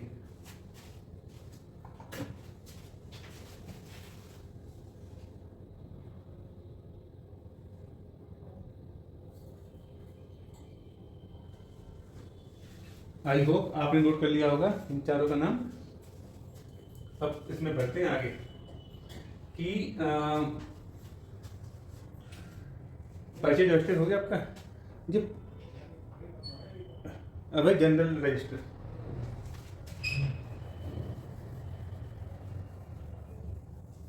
सर ये टॉपिक बहुत छोटी में खत्म करवा दिया आपने, इनके बारे में हम डिटेल में बात करेंगे, पर पहले आप इन चीज़ों को बस नोट करते जाओ, क्योंकि क्या होता है कि जब तक बेसिक जैसे कहते हैं कि बिल्डिंग ब्लॉक्स बोलते हैं, यानी कि ये नींव कहते हैं ना कि पहले नींव बनाई जाती है, नींव बनाई जाएगी आपकी, जिससे आप कंफर्टेबल होते जाएं, अच्छे से सीखते जाएं। तो अगला पॉइंट है जनरल रजिस्टर। अच्छा, जनरल रजिस्टर से अलावा और भी क्या है, जैसे कि कैश बैंक, क्योंकि मैं थोड़ा सा टॉपिक बताता हूँ। तो पहले परचेज करवा दी मैंने, सेल करवा दी आपको, और फिर जनरल होगा और बैंक के कैश, ये 5 ही होती है बुक। तो कैश के बारे में मैं फिर इस वक्त उसको एक्सप्लेन कर दूँ। कैश बुक होती है कोई कैश इन हैंड बोलता है ना? तो इसके अंदर जो भी ट्रांजेक्शन कैश में, यानी कोई भी पेमेंट रिसीव हुआ, यानी कि रिसीव पेमेंट हुआ कोई भी, वो कैश में आया तो वो कैश में एंट्री आएगी। और कोई भी पेमेंट हुआ वो जाएगा तो वो कैश के थ्रू हम एंट्री पास करेंगे। यानी कि हम कैश का जो वो है लेजर, उसमें एंट्री जो हम करते हैं कैश की जो लेजर में, वो कैश के संबंधित ट्रांजेक्शन होगा तभी उसमें एंट्री पास करेंगे। और जिस ट्रांजेक्शन में कैश शामिल ही नहीं है उसमें हम कैश का लेजर या कैश का जो वाउचर है वो यूज़ नहीं करेंगे। हम किसका यूज़ करेंगे? जो रेलिवेंट वाउचर होगा उसके हिसाब से। जैसे आपने कहा कि मैंने बैंक से पेमेंट किया था कार का, याद है हमने अभी किया था एग्जाम्पल में, हमने बैंक से पेमेंट किया था कार का ABC लिमिटेड को, वो हमने पेमेंट किया था उसको 9,95,000 का। उसमें बैंक शामिल थे, कैश तो शामिल था नहीं, तो हमने उसमें कैश का नाम नहीं लिया, हमने बैंक का नाम लिया। जैसे तो ऐसी कैश की जो ट्रांजेक्शन थी, हमारे दुकान खर्च के पैसे थे या और खर्च के पैसे जो हमने दिखाए थे इसके अंदर, या हमने एडवांस कार में दिखाए थे 5,000 रुपये की, जहाँ भी कैश शामिल होगा वहाँ पे कैश के थ्रू एंट्री पास होगी। तो कैश जो कैश बुक है वो यूज होती है उसके लिए। अब एक्चुअली क्या है ना कि मैनुअल बुक्स खत्म हो गई है 1 जुलाई 17 से 2017 जब GST आया इंट्रोड्यूस। अब बहुत से लोग बनाते हैं हाथ से, पर वो ये कि थोड़ी सी ज़्यादा दिक्कत आती है उनको, सॉफ्टवेयर से थोड़ा सा इजी आता है। और GST इनपुट वगैरह की वजह से और ज़्यादा लोग थोड़े से सॉफ्टवेयर की ओर आ गए। आगे ज़माना AI का आ गया तो AI में और ज़्यादा एडवांस चल रहे हैं। तो कैश का ट्रांजेक्शन में कैश आया, कैश गया, वो अल्टीमेटली कैश बुक में आप एंट्री पास करेंगे। ठीक है, आप कहोगे कि कैश आने का, अगर बैंक से पैसे कैश निकाला तो भी कैश इसमें एंट्री आएगी, पैसा बैंक में जमा किया तो भी कैश बुक में एंट्री आएगी। आप कहोगे बैंक बुक में एंट्री आएगी नहीं, बैंक बुक में भी एंट्री आएगी। जब हमने कैश को डेबिट कर रहे हैं तो बैंक को क्रेडिट कर रहे हैं, तो बैंक में एंट्री रिफ्लेक्ट करेगी और कैश बुक में भी, दोनों में एंट्री आएगी। तो कैश बुक हो गई और आपके बैंक बुक।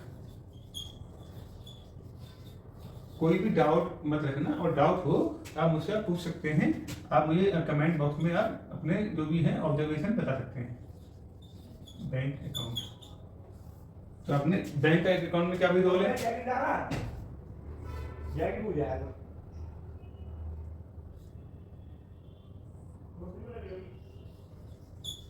रिसीव्ड और पेमेंट। तो बैंक में भी रहेगा सीन ऐसी कि बैंक में कोई भी ट्रांजेक्शन हुआ आपका पेमेंट आने का तो बैंक का नाम आएगा, ये जाने का तो बैंक का नाम आएगा। यानी बैंक जहाँ जहाँ शामिल होगी वहाँ बैंक में एंट्री आएगी। आप कहोगे सर ये चीज़ तो पहले बता चुके हो कैश और बैंक की, बार बार रिपीट क्यों कर रहे हो? उसके पीछे वजह है क्योंकि जब आप मैं जो चीज़ बताने वाला हूँ तो आपको समझ में आएगा कि क्या रेलेवेंस है इस चीज़ की। तो कैश में सब ट्रांजेक्शन कैश के आ गए, बैंक में सब ट्रांजेक्शन बैंक के आ गए, सेल में सारी सेल्स के आ गए, परचेज में सारे परचेज के आ गए। 4 ट्रांजेक्शन हो गए। बचा कौन सा लेजर? रजिस्टर बचा हमारा, कौन सा लास्ट कौन सा बचा? जर्नल। इन चारों में जो चीज़ नहीं आती वो जर्नल में आती है। एक वर्ड आता है रेजिडुअल, RESIDUAL। रेजिडुअल का मतलब होता है बची कुची, जो भी बचा खुचा होगा वो किसमें आएगा? वो आएगा जर्नल में। आप कहोगे तो बचा खुचा का मतलब क्या हुआ? बचे खुचे का मतलब ये हुआ कि आपका कोई ट्रांजेक्शन है जिसमें कि बैंक शामिल नहीं है, ना कैश शामिल है, ना परचेज शामिल है और ना सेल शामिल है। आप कहोगे सर ऐसे ट्रांजेक्शन कौन से हैं? ऐसे ट्रांजेक्शन हैं, मैं आपको बताऊं कि मैंने कहा कि मैंने 5,000 रुपये का एक स्कैनर, कंप्यूटर में स्कैनर होता है ना, हमने एक स्कैनर खरीदा राम एंड कंपनी से उधार क्रेडिट पे। तो उसमें क्या रहेगा कि हम पे क्या आया, हम पे आया स्कैनर, वो गई एसेट हो गई, रियल अकाउंट। और क्रेडिट क्या होगा? जो क्रेडिट के बाद राम एंड कंपनी उसमें क्रेडिट हो गया। तो उसमें उसके अंदर क्या हमने उधार लिया तो हमने उसको पैसे दिए उस समय। आपको पैसे तो सर देने ही है, जब पैसे देंगे तब एंट्री पास करेंगे बैंक के कैश से। अभी तो हमने उससे पैसे ले आए उठा के उधार, 5,000 का दिया उठा के उधार, तो उसमें क्या होगा? हम उसके अंदर ना बैंक आई, ना सेल आई, ना परचेज। आपको तो परचेज है ना, इसके अंदर परचेज नहीं है। अभी बात हुई थी परचेज के बारे में। परचेज एसेट्स की वो रेगुलर बिजनेस की एक्टिविटी नहीं होती, इसलिए उसको हम एसेट्स में उसको क्रेडिट डेबिट कर देते हैं। तो हमने जो इस बारी एंट्री की बात कर रहा हूँ, ये होगी रेजिडुअल एंट्री, क्योंकि कंप्यूटर के जो स्कैनर है खरीदना एक आपकी रेगुलर एक्टिविटी है नहीं। जो कंप्यूटर के पार्ट्स या कंप्यूटर सामान बेचते खरीदते हैं उनके लिए रेगुलर एक्टिविटी कंप्यूटर का सामान खरीदना बेचना है। लेकिन जो यूजर है कंप्यूटर का, वो कोई सामान खरीदता बेचता है तो उसकी जो एंट्री है वो एंट्री उसकी पास जो करेगा, तो जाहिर सी बात है उसके लिए वो एक अलग एक्टिविटी होगी ना। तो वो उसके बिजनेस के अलावा है, तो वो एंट्री के लिए उसको अगर वो उधार लेके आया है, उधार की एंट्री पास होगी, तो वो एंट्री कहाँ जाएगी? वो एंट्री जाएगी जनरल में, क्योंकि उसके अंदर एक नाम आया आपकी कंप्यूटर एसेट स्कैनर का नाम, हमने कहा scanner account debit to Raman company. तो इस वाले में कहीं पे बैंक शामिल नहीं है, कैश शामिल नहीं है, ना सेल शामिल है, ना परचेज शामिल है, तो बच्ची कुछ एंट्री हुई नहीं हुई। इस तरह से और भी ध्यान पड़े, माना वो है डेप्रिसिएशन की एंट्री। डेप्रिसिएशन होती है, इसके बारे में बताऊंगा मैं आपको आगे, पर सुन लो। डेप्रिसिएशन समझो कि किसी भी एसेट्स की हर साल जो घटने वाली वैल्यू है वो होती है। तो डेप्रिसिएशन का मतलब ये हुआ कि उस एसेट्स की वैल्यू कम करनी है। हमारी पहले ही बात हुई थी, जब हमको कोई भी एसेट्स हम परचेज करते हैं तो हम उसे डेबिट करते जाते हैं, और सेल करते हैं या उसकी वैल्यू कम करते हैं तो उसे हम क्रेडिट करना पड़ेगा। तो यानी कि डेप्रिसिएशन जो है वो हमारे हमको एक तरह से पैसे वैल्यू कम करने का एक वो है इंडिकेशन कि भाई आपके पास डेप्रिसिएशन लग रही है तो वैल्यू कम हो गई प्रॉपर्टी की। तो कैसे कम होगी प्रॉपर्टी से? मतलब आपका माना कंप्यूटर स्कैनर है, कंप्यूटर में इनकम टैक्स में 40% डेप्रिसिएशन अलाउड है। तो आपने कहा जैसे कंप्यूटर आपका था 50,000 का, 50,000 पे 20,000 रुपये की डेप्रिसिएशन लग गई, साल के एंड में लगानी होती है, मैं कैलकुलेट करने के लिए कैश, बैंक, सेल्स, परचेज, इन चारों में ये एंट्री नहीं आएगी। यानी कि 1 2 3 4 इसमें कोई एंट्री इसमें आएगी जनरल में। कैसे आ रही है? आपने लिखा इसके अंदर मैंने बात की आपसे भी डेप्रिसिएशन की। तो हमने पहले भी कहा था कि जब भी हम कोई एसेट्स को बढ़ाना होता है, हमें जब भी कोई एसेट्स को बढ़ाना होता है तो हम उसे डेबिट करते हैं, घटाना होता है तो क्रेडिट करते हैं। तो हम एसेट्स को घटाएंगे तो उसे हम क्रेडिट करेंगे। तो वो सर कैसे सर? आप तो सवाल सुन लेते हैं। सवाल क्या है हमारा? एग्जाम्पल 1, आपने कहा कि कंप्यूटर वैल्यू 50,000 है ना, है ना। डेप्रिसिएशन 40%, इस पे आएगी आपकी 40% डेप्रिसिएशन। तो हम यहाँ पे कर लेते हैं 50,000 मल्टीप्लाई 40%, कितना आया? ये आया 20,000। ये आपका है डेप्रिसिएशन, ये आपकी क्या है? डेप्रिसिएशन। ठीक है।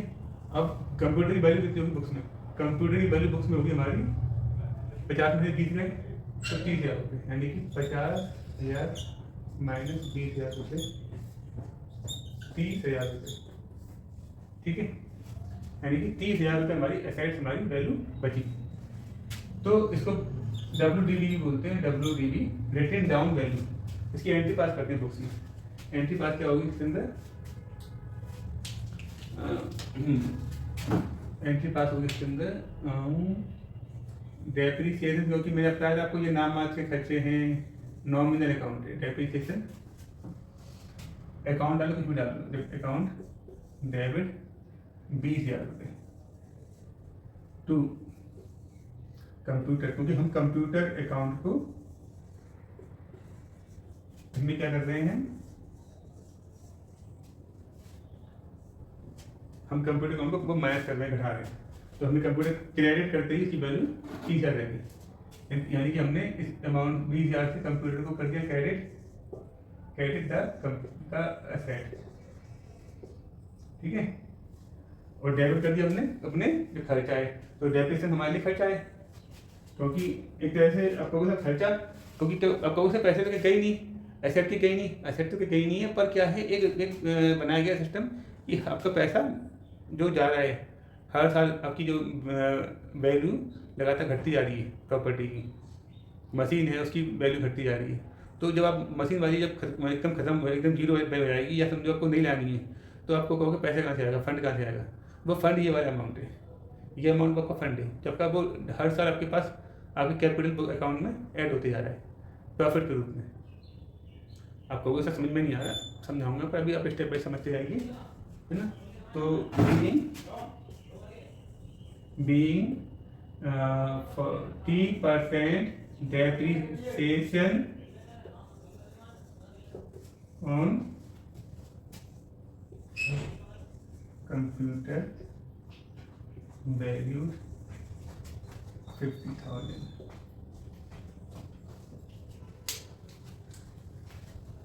तो हमारी ये आपकी एंट्री पास हुई। तो हमने जैसे बात की भी जनरल में एंट्री कौन सी आएंगी, जनरल में वो सब एंट्री आएंगी जनरल के अंदर जो भी एंट्री बात करती है इस बात की आपका जो भी बचा हुआ है सेल से, परचेज से, कैश से, जो कोई चारों नाम लिखेंगे ऊपर, कैश, बैंक, सेल्स और परचेज, इन चारों में नहीं आ रही है एंट्री। ये वाली एंट्री इसलिए जनरल में आएगी। तो जनरल का कितना बड़ा वो है, अगर कोई भी वो किसी के ने इसको संभाला नहीं तो जनरल संभालेगा। वो कहते हैं ना फैमिली में कि जब समस्या आई, उसने कहा छोटी मोटी समस्या भैया से, भाई से कह दी, कोई प्रॉब्लम है सिस्टर से कह दी, और थोड़ी बड़ी प्रॉब्लम है माँ से कह दी, अल्टीमेट पिताजी आए, जो भी बच्ची खुची प्रॉब्लम है उनके पास ही लेके पहुँचे, बताइए क्या करना है। तो वो ही फिर कहते हैं ठीक है भाई मैं करूँगा आपकी हेल्प, जो भी प्रॉब्लम आपकी आएगी। इसका मतलब ये हुआ हमको अपने पास एक दिमाग में रहना चाहिए कि जनरल जो है जो अल्टीमेट वो हेड है जो सब कुछ करने के बाद, सारे लेन देन करने के बावजूद भी अगर बचता है तो वो जनरल है। 100 रुपये पर पीस किया गुड्स परचेज आपने, पर हुआ क्या कि उसने गलती से आपको बिलिंग कर दी उसने 120 से, यानी 100 रुपीज़ से आपका जो वो था क्या नाम है ऑर्डर जाना था, और उसके पास ऑर्डर गया और उसने बिलिंग कर दिया आपको 120 से। वो बोला मैं तो आपसे 120 रुपये पर पीस लूँगा, और आपके पास गुड्स तो आ गया। अब जब गुड्स आ गया तो आपका ये था कि भैया मैं पैसे क्यों दूँ एक्स्ट्रा, मैं तो आपसे 100 रुपये पर पीस की बात की थी। तो पार्टी बोली भाई आपके हिसाब से आप जो कह रहे हो पर रेट में बढ़ गए, पर कभी कभी क्या होता है ना, कुछ पार्टी ऐसी होती है वो कहते हैं कि साहब ऐसा है कोई बात नहीं, रेट बढ़ गए पर अब की बार का ट्रांजेक्शन जो है मैं आपका 100 में सेटलमेंट कर देता हूँ, पर नेक्स्ट टाइम आपको पैसे पूरे देने पड़ेंगे।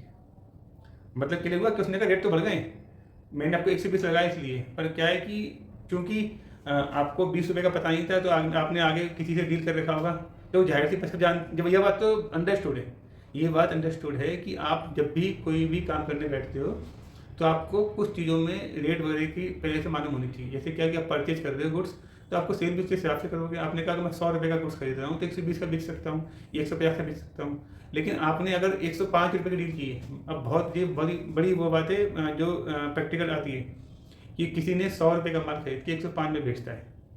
मैं बात कर रहा हूँ कॉस्टिंग की, मैं बात नहीं कर रहा हूँ कि विद जीएसटी विदाउट जीएसटी, केवल मैं गुड्स की बात कैसा अलग हो गया उसके अलावा। तो 100 रुपये का आपने कोई माल खरीदा और 100 रुपये का माल खरीदा, आपने कहा कि मैं ऐसे 105 का बेचूंगा आगे, तो आपको जो पार्टी ने अगर 120 की बिलिंग कर दी तो 15 रुपये पर पीस का आपका लॉस हो गया। आप कहोगे सर ये तो सर हो सकता हो जाए, होता है ऐसा, ये ऐसा हो जाता है। पर अगर आपको अवेयर इस बात से कि रेट बढ़ गई है तो आप 105 का बेचेंगे। आप कहोगे रेट बढ़ गई है भैया, मैं तो 120 का आएगा अगला वाला, स्टॉक में है 100 रुपये का, पर अगला जो माल आएगा इसको बेचने के बाद वो 120 की रेट से आएगा। तो आपने क्या किया कि भाई जो आने वाले गुड्स थे बहुत से, इसी में तो मुनाफा जो प्रॉफिट है वो तो एडिशनल प्रॉफिट है। उसने कहा कि ठीक है अगला वाला जो है क्या नाम है गुड्स आएगा जो वो 120 से आएगा। अभी से उसने रेट बढ़ा दी कि भाई मैं आपको 125 का दे पाऊंगा, या 136 का, 130 का। तो क्या भैया इतना बढ़ा, बोले भैया बढ़ गया, मेरे पास तो बढ़ गया, मेरे पास तो नहीं है भैया, आपकी मर्जी है तो लो, मैं से आपको 130 का दे पा रहा हूँ। तो आपका सेटलमेंट अगर माना 128 का हो गया, 26 का हो गया, तो अल्टीमेटली आपका प्रॉफिट तो 5-6 रुपये का हो गया। ये आपने 125 का कर दिया, 5 का प्रॉफिट तो रहा आपका। अभी तक क्या था आपका 100 पे 105 रुपये 5 रुपये कमा रहे थे, 120 पे आपने कहा कि जब मैं 6 रुपये कमाऊंगा, यानी कि 5% मार्जिन लेके चल रहे आप, तो 6 रुपये आपने लगाया। पर अब तो 12×5 होते हैं तो 6 रुपये हो गए हैं। तो अब ये समझो बात को कि अगर ऐसी कंडीशन हो तो आप क्या उस पार्टी का आपने 105 के आगे माल की आपने रेट की किसी से डील कर रखी है, तो 120 रुपये वाला माल आप एक्सेप्ट कर पाओगे, नहीं कर पाओगे ना।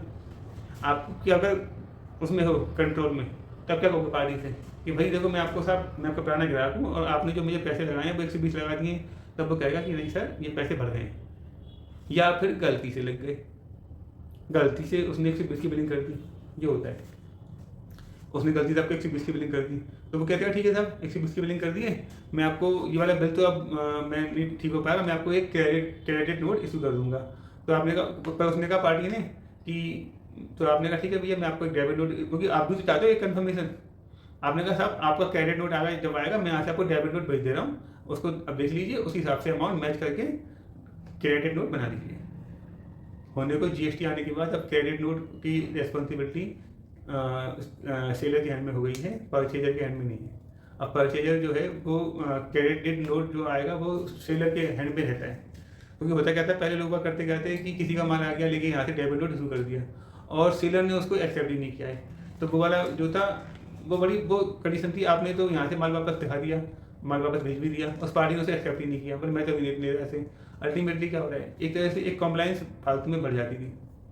मैं ज़्यादा टेक्निकल नहीं जा रहा, आप लोगों को दिक्कत हो, क्योंकि अभी जब काफ़ी थोड़े से आगे की क्लासेस में पॉइंट डिस्कस करने वाले हैं। तो डेबिट नोट और क्रेडिट नोट में ये था कि जब हमारी बात रही, अगर मैंने डेट डिफरेंस में अगर मैंने बात की आपसे, मैंने अगर 100 रुपये का जो मेरी प्राइस थी वो मुझे 120 की मिली, तो मुझे 20 रुपये का मैंने डेबिट नोट इशू कर दिया, ठीक है। दूसरा डिफेक्टिव गुड्स, माल में खराबी। आपने कहा जो माल आया है उसकी क्वालिटी डाउन है, यानी कि क्वालिटी डाउन का मतलब क्या हुआ कि जैसे आपने कहा कि मेरे पास जो आइटम आया उसके अंदर सब माल खराब है, तो उसमें दो ऑप्शन होते हैं। पार्टी कहती है एक काम करो भैया, माल तो खराब है मुझे ही मालूम है, पार्टी जैसे आपने उससे कहा, वो उसका बंदा आ गया चेक करने के लिए, तो उसने देखा कि माल में कमी है, कहीं पे गुड्स में कमी है, कहीं पे माल ख़राब हो रहा है, समझिए। तो उसने देखा कि तमाम माल ख़राब है, जो पार्टी परचेजर है वो तो ना आपसे आगे माल लेने वाला है, अगर माल ऐसा ख़राब बेचोगे। तो वो कहेगा सर ठीक है, आपका जो लॉस हुआ है मैं आपको कंपनसेट कर देता हूँ।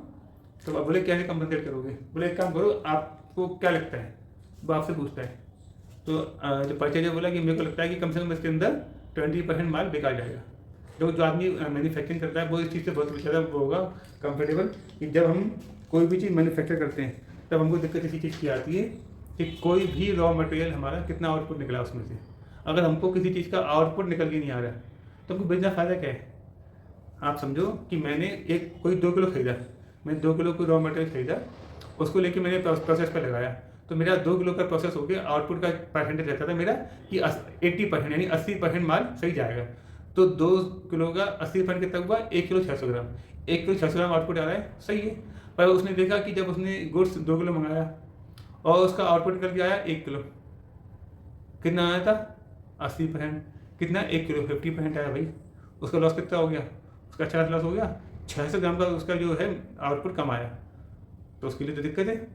तो वो उसी चीज़ की आपसे कंपनसेट करने के रहे हैं कि आपका सर जो लॉस है उसमें कंपनसेट कर देते हैं। तो उसी डिवाइस उस हिसाब से डील होती है कि भाई ठीक है मैं आपको 50% का वो दे रहा हूँ डेबिट नोट, कि 50% का डेबिट नोट आपका हमारा चलेगा।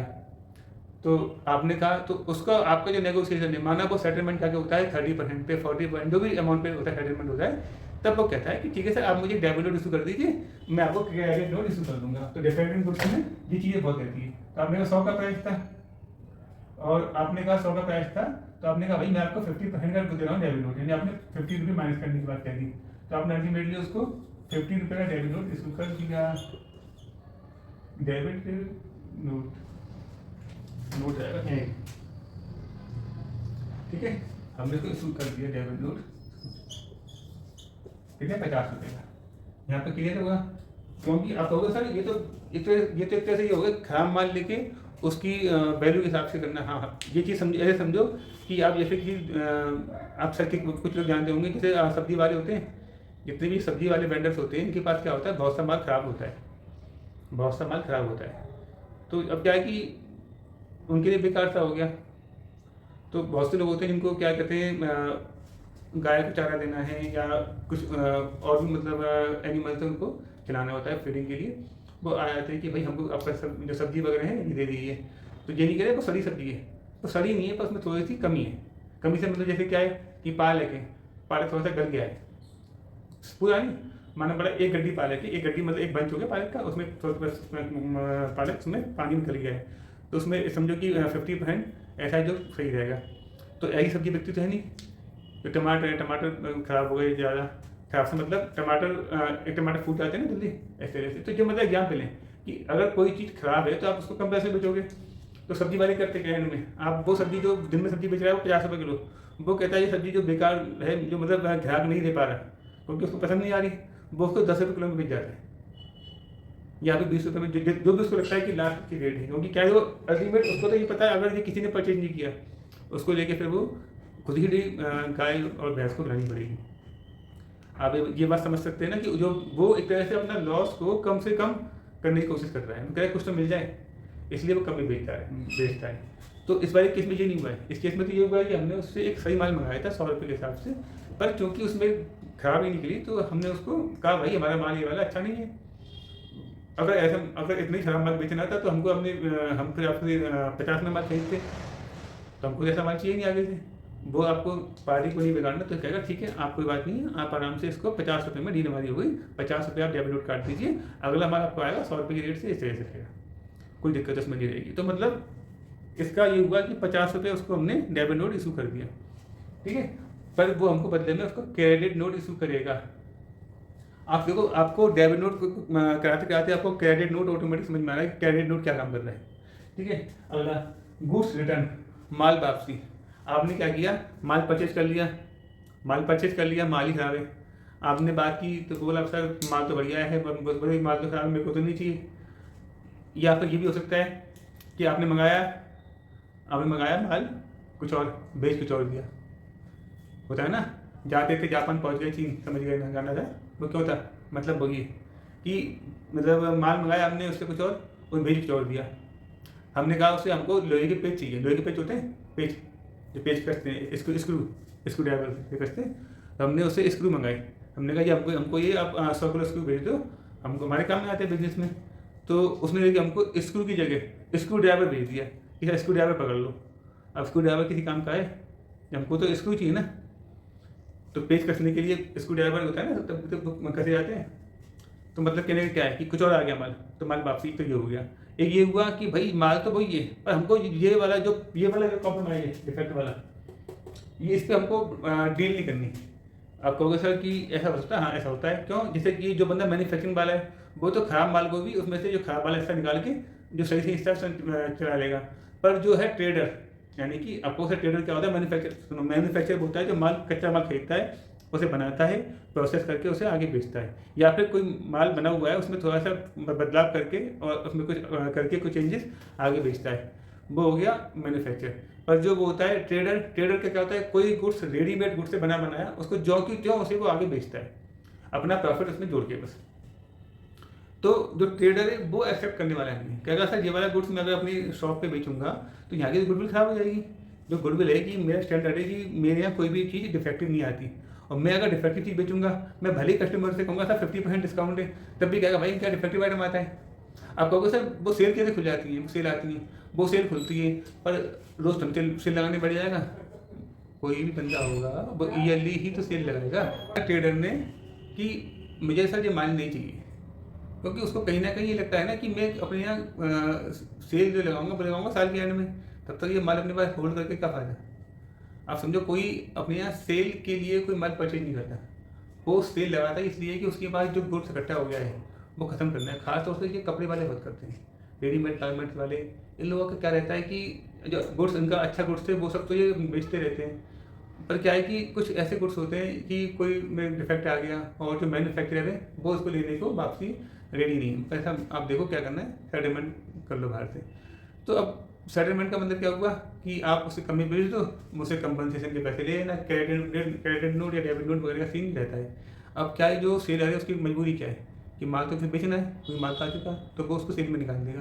पर आप कहोगे साहब कि फर्स्ट ऑफ ऑल ही जो माल आया, यानी कि जो रेडीमेड शर्ट आई वो सब डिफेक्टेड थी, सब में साइज था 40 का, और जो आपको रिक्वायर्ड था 40 का साइज रिक्वायर्ड था, वो साइज आया मैंने 38 का। अब कहोगे सर छोटी साड़ी बेच सकता है, उसके बाद ग्राहक ही नहीं है, मतलब मेरे पास तो सारे ग्राहक से 40 और 40 प्लस वाले आते हैं, 38 का मेरा माल ही नहीं आया, काम आएगा तो माल वापस करेगा ना। पहले ये सीन था। एक हो गया कि गुड्स खराब, पहले बात की मैंने दो वाले पॉइंट में पढ़ा, ये बहुत माइनर है इन दोनों, डिफेक्ट और गुड्स रिटर्न, इसमें इतना माइनर डिफरेंस है ना कि डिफेक्ट और गुड्स रिटर्न में ये डिफेक्ट है कि ये वाला जो है डिफेक्ट वाला, ये चॉइस आपकी है, आपकी चॉइस है कि आपको गुड्स को अपने यहाँ चलाना है, यानी कि यूज करना है कि नहीं करना है। और जो दूसरा वाला पॉइंट है, जी क्या कह रहा है, मुझे तो सब यूज करने ही नहीं है, मैं तो वापस कर दूंगा, मुझे ये चीज़ चाहिए नहीं, ठीक है ना। तो इसलिए तो जो मैंने कहा ना, जो ट्रेडर होगा वो कभी नहीं लेगा, वो कहेगा डिफेक्ट वाला माल चाहिए नहीं मुझे, मैं तो भाई कह नहीं पाऊंगा, वापस कर देगा। तो इसमें भी डेबिट नोट करेगा। तो ये 100 रुपये का डेबिट नोट था, मतलब परचेज की थी, तो 100 रुपये का ही डेबिट नोट का कट गया। Using to inform the party about creating activity in his name. तो इसमें क्या था, जैसे इसमें भी सेम रहेंगे process, rate difference, defected goods, goods return, any other reason. तो 100 और 120 वाले में 100 का था, 120 का वही। अब यहाँ पे तो डेबिट नोट है, वहाँ पे आएंगे क्रेडिट नोट। अब आपसे मैंने बताया था डेबिट नोट में हम ज़्यादातर डेबिट नोट किसको देते हैं, हम ज़्यादातर दे देते हैं डेबिट नोट उसको जिससे हम परचेज करते हैं। ऐसे ही हम जो क्रेडिट नोट है, जो हम ज़्यादातर किसको करेंगे, ज़्यादातर हम किसे करेंगे क्रेडिट नोट, जिसको हमने सेल किया है। मोस्टली सेल्स, हम जिनको सेल्स कर रहे हैं उनको हम ज़्यादा क्रेडिट नोट इशू करते हैं। तो क्रेडिट नोट इशू किया तो वो कैसे रहेगा, तो वही चीज़ है। अगर ये डिफरेंस का आपने पार्टी को भेजा माल 100 रुपये की प्राइस का, बल्कि उल्टा ही समझो कि ये उल्टा है ना, डेबिट नोट क्रेडिट नोट। तो अब समझो ऐसे कि आपने बिल्ड ये कर दिया, आपने बिल्ड ये कर दिया, ठीक है, तो 120 का, पर पार्टी को 100 रुपये का चाहिए था। तो पार्टी ने कहा भैया मुझे तो माल नहीं चाहिए आपका, आप जो माल महंगा बेच रहे हो मैं तो वापस करूंगा। आपको कहने नहीं भैया कोई बात नहीं, आप 20 रुपये का मैं आपको क्रेडिट नोट इशू कर दूंगा, जब क्रेडिट नोट इशू तो 20 रुपये का कर दूंगा। तो पार्टी को ठीक है भैया गलती से हो गया है, तो आपने बिल 120 का कर दिया ये, ठीक है। या फिर मैंने कहा ना दो जो कंडीशन जाते हैं, आपने बिल गलती से अमाउंट ज़्यादा कर दिया, या फिर आपने माल की वैल्यू ही बढ़ गई, माल की वैल्यू जो 100 रुपये की पहले आता था आपके पास, अब माल की कॉस्ट ज़्यादा आ गई है, 120 से आ रहा है। पर चूंकि आपने पार्टी से बात ही नहीं की थी जिससे आपकी सेल हुई थी, तो ना उसने कहा भाई ये चीज़ भेज देना। अब आपका जो पहले वाला जो उसके पास जो कोटेशन है, कोटेशन का मतलब होता है आपने उसको प्राइस लिस्ट दी कि मेरी प्राइस लिस्ट ये वाली है, वो उसी को मान के तो आपको ऑर्डर देगा। उसने आपको उसकी मान के आपको ऑर्डर दिया था 100 रुपये के हिसाब से, पर उसे लगा कि आपसे जब उसने कहा कि मेरे पास 100 पीस भेज दो या 500 पीस भेज दो, तो उसने आपने भेज दिया ना, आपने उसको बताया कि रेट बढ़ गए ना, उसने पूछा, उसने कहा 100 रुपये का प्राइस था, तो 100 रुपये प्राइस होना चाहिए। तो अब क्या होगा इसके अंदर, तो आपको पार्टी को कहना पड़ेगा सर कि 20 रुपये का सर प्राइस बढ़ के आया है। अगर पार्टी ऐसी होगी जो अग्री करती है, वो तो क्रेडिट नोट का मुद्दे खत्म हो गया, खत्म काम। बोला ठीक है सर कोई बात नहीं, 120 का प्राइस उसने पता किया और जगह से, बोला 120 से ज़्यादा ही मिल रहा है आपको, तो 120 से बंदा सही दे रहा है, माना ब्याज में उसको 125 का मिल रहा है, तो फिर आपसे कोई झगड़ा नहीं करेगा। पर इसमें एक समस्या ये आती है क्या, अगर जो मैंने कही ना कि अगर उसने 100 का माल 105 में बेचा था, अगर वो वाली बात आ गई कि अगर उसने डील किसी से कर रखी होगी 105 रुपये की, तो उसमें उसका लॉस हो गया बंदे का पूरा पूरा, क्योंकि आप भी हटोगे नहीं, कहोगे भैया आप चाहो तो माल वापस कर दो, मैं पैसे कम नहीं करने वाला। होता है ना भाई, 120 से कम का माल है ही नहीं। तो पार्टी की एक सबसे बड़ा सवाल क्या आएगा, आपका जो कोटेशन है जो मैंने अप्रूव किया था और आपने भी उसको साइन करके दिया था, कोटेशन होती है प्राइस लिस्ट, आपने जो पार्टी को की सब जब इस रेट से माल जो माल आएगा वो होती है कोटेशन। तो उसमें अगर 100 रुपये लिखे हैं आप 100, तो अब तो 100 मांगे चल रहे हो कि 100 रुपये का प्राइस होगा, प्राइस लिस्ट है, कोटेशन लेके बैठे हैं, साइन हो रहा है दोनों का, डेट भी पड़ी होती है इसमें कि डेट कोड की लंबाई हुई है। उसमें ये भी बात होती है कि अगर कोई प्राइस बढ़ता है तो आपको इन्फॉर्म कर दिया जाएगा, उसने इन्फॉर्म नहीं किया इसलिए ये झगड़ा हुआ। तो या तो पार्टी ने कहा ठीक है भैया 120 वाला नहीं, मैं आपको 100 रुपये में वही मतलब 20 रुपये का क्रेडिट नोट दे देता हूँ, वरना वो चौथे ऑप्शन पर, थर्ड ऑप्शन पर आएगा कि माल वापसी वाले पे, माल वापसी कर दो भैया, हमको चाहिए नहीं, हमको 20 रुपये में कॉम्प्रोमाइज़ करना नहीं है, ठीक है ना, सेलर ने वापस ले लिया। तो क्रेडिट नोट एक तो ये हो गया, तो रेट डिफरेंस का 20 रुपये का हमने बंदे को क्रेडिट नोट दे दिया, ठीक है, आप 20 रुपये आप पार्टी को वापस कर दिया। दूसरा केस क्या हो गया, गुड रिटर्न का, इस बारे में मैंने बताया था। अगर हमने कहा नहीं हमको भाई 120 की माल है, 120 से कम का माल नहीं है, आप कुछ भी कहो, मैं तो 120 से कम का माल नहीं कर पाऊंगा, तो आप क्या कहोगे, ठीक है भाई 120 का है ना, तो वो आगे बेच देगा। तो उसमें वो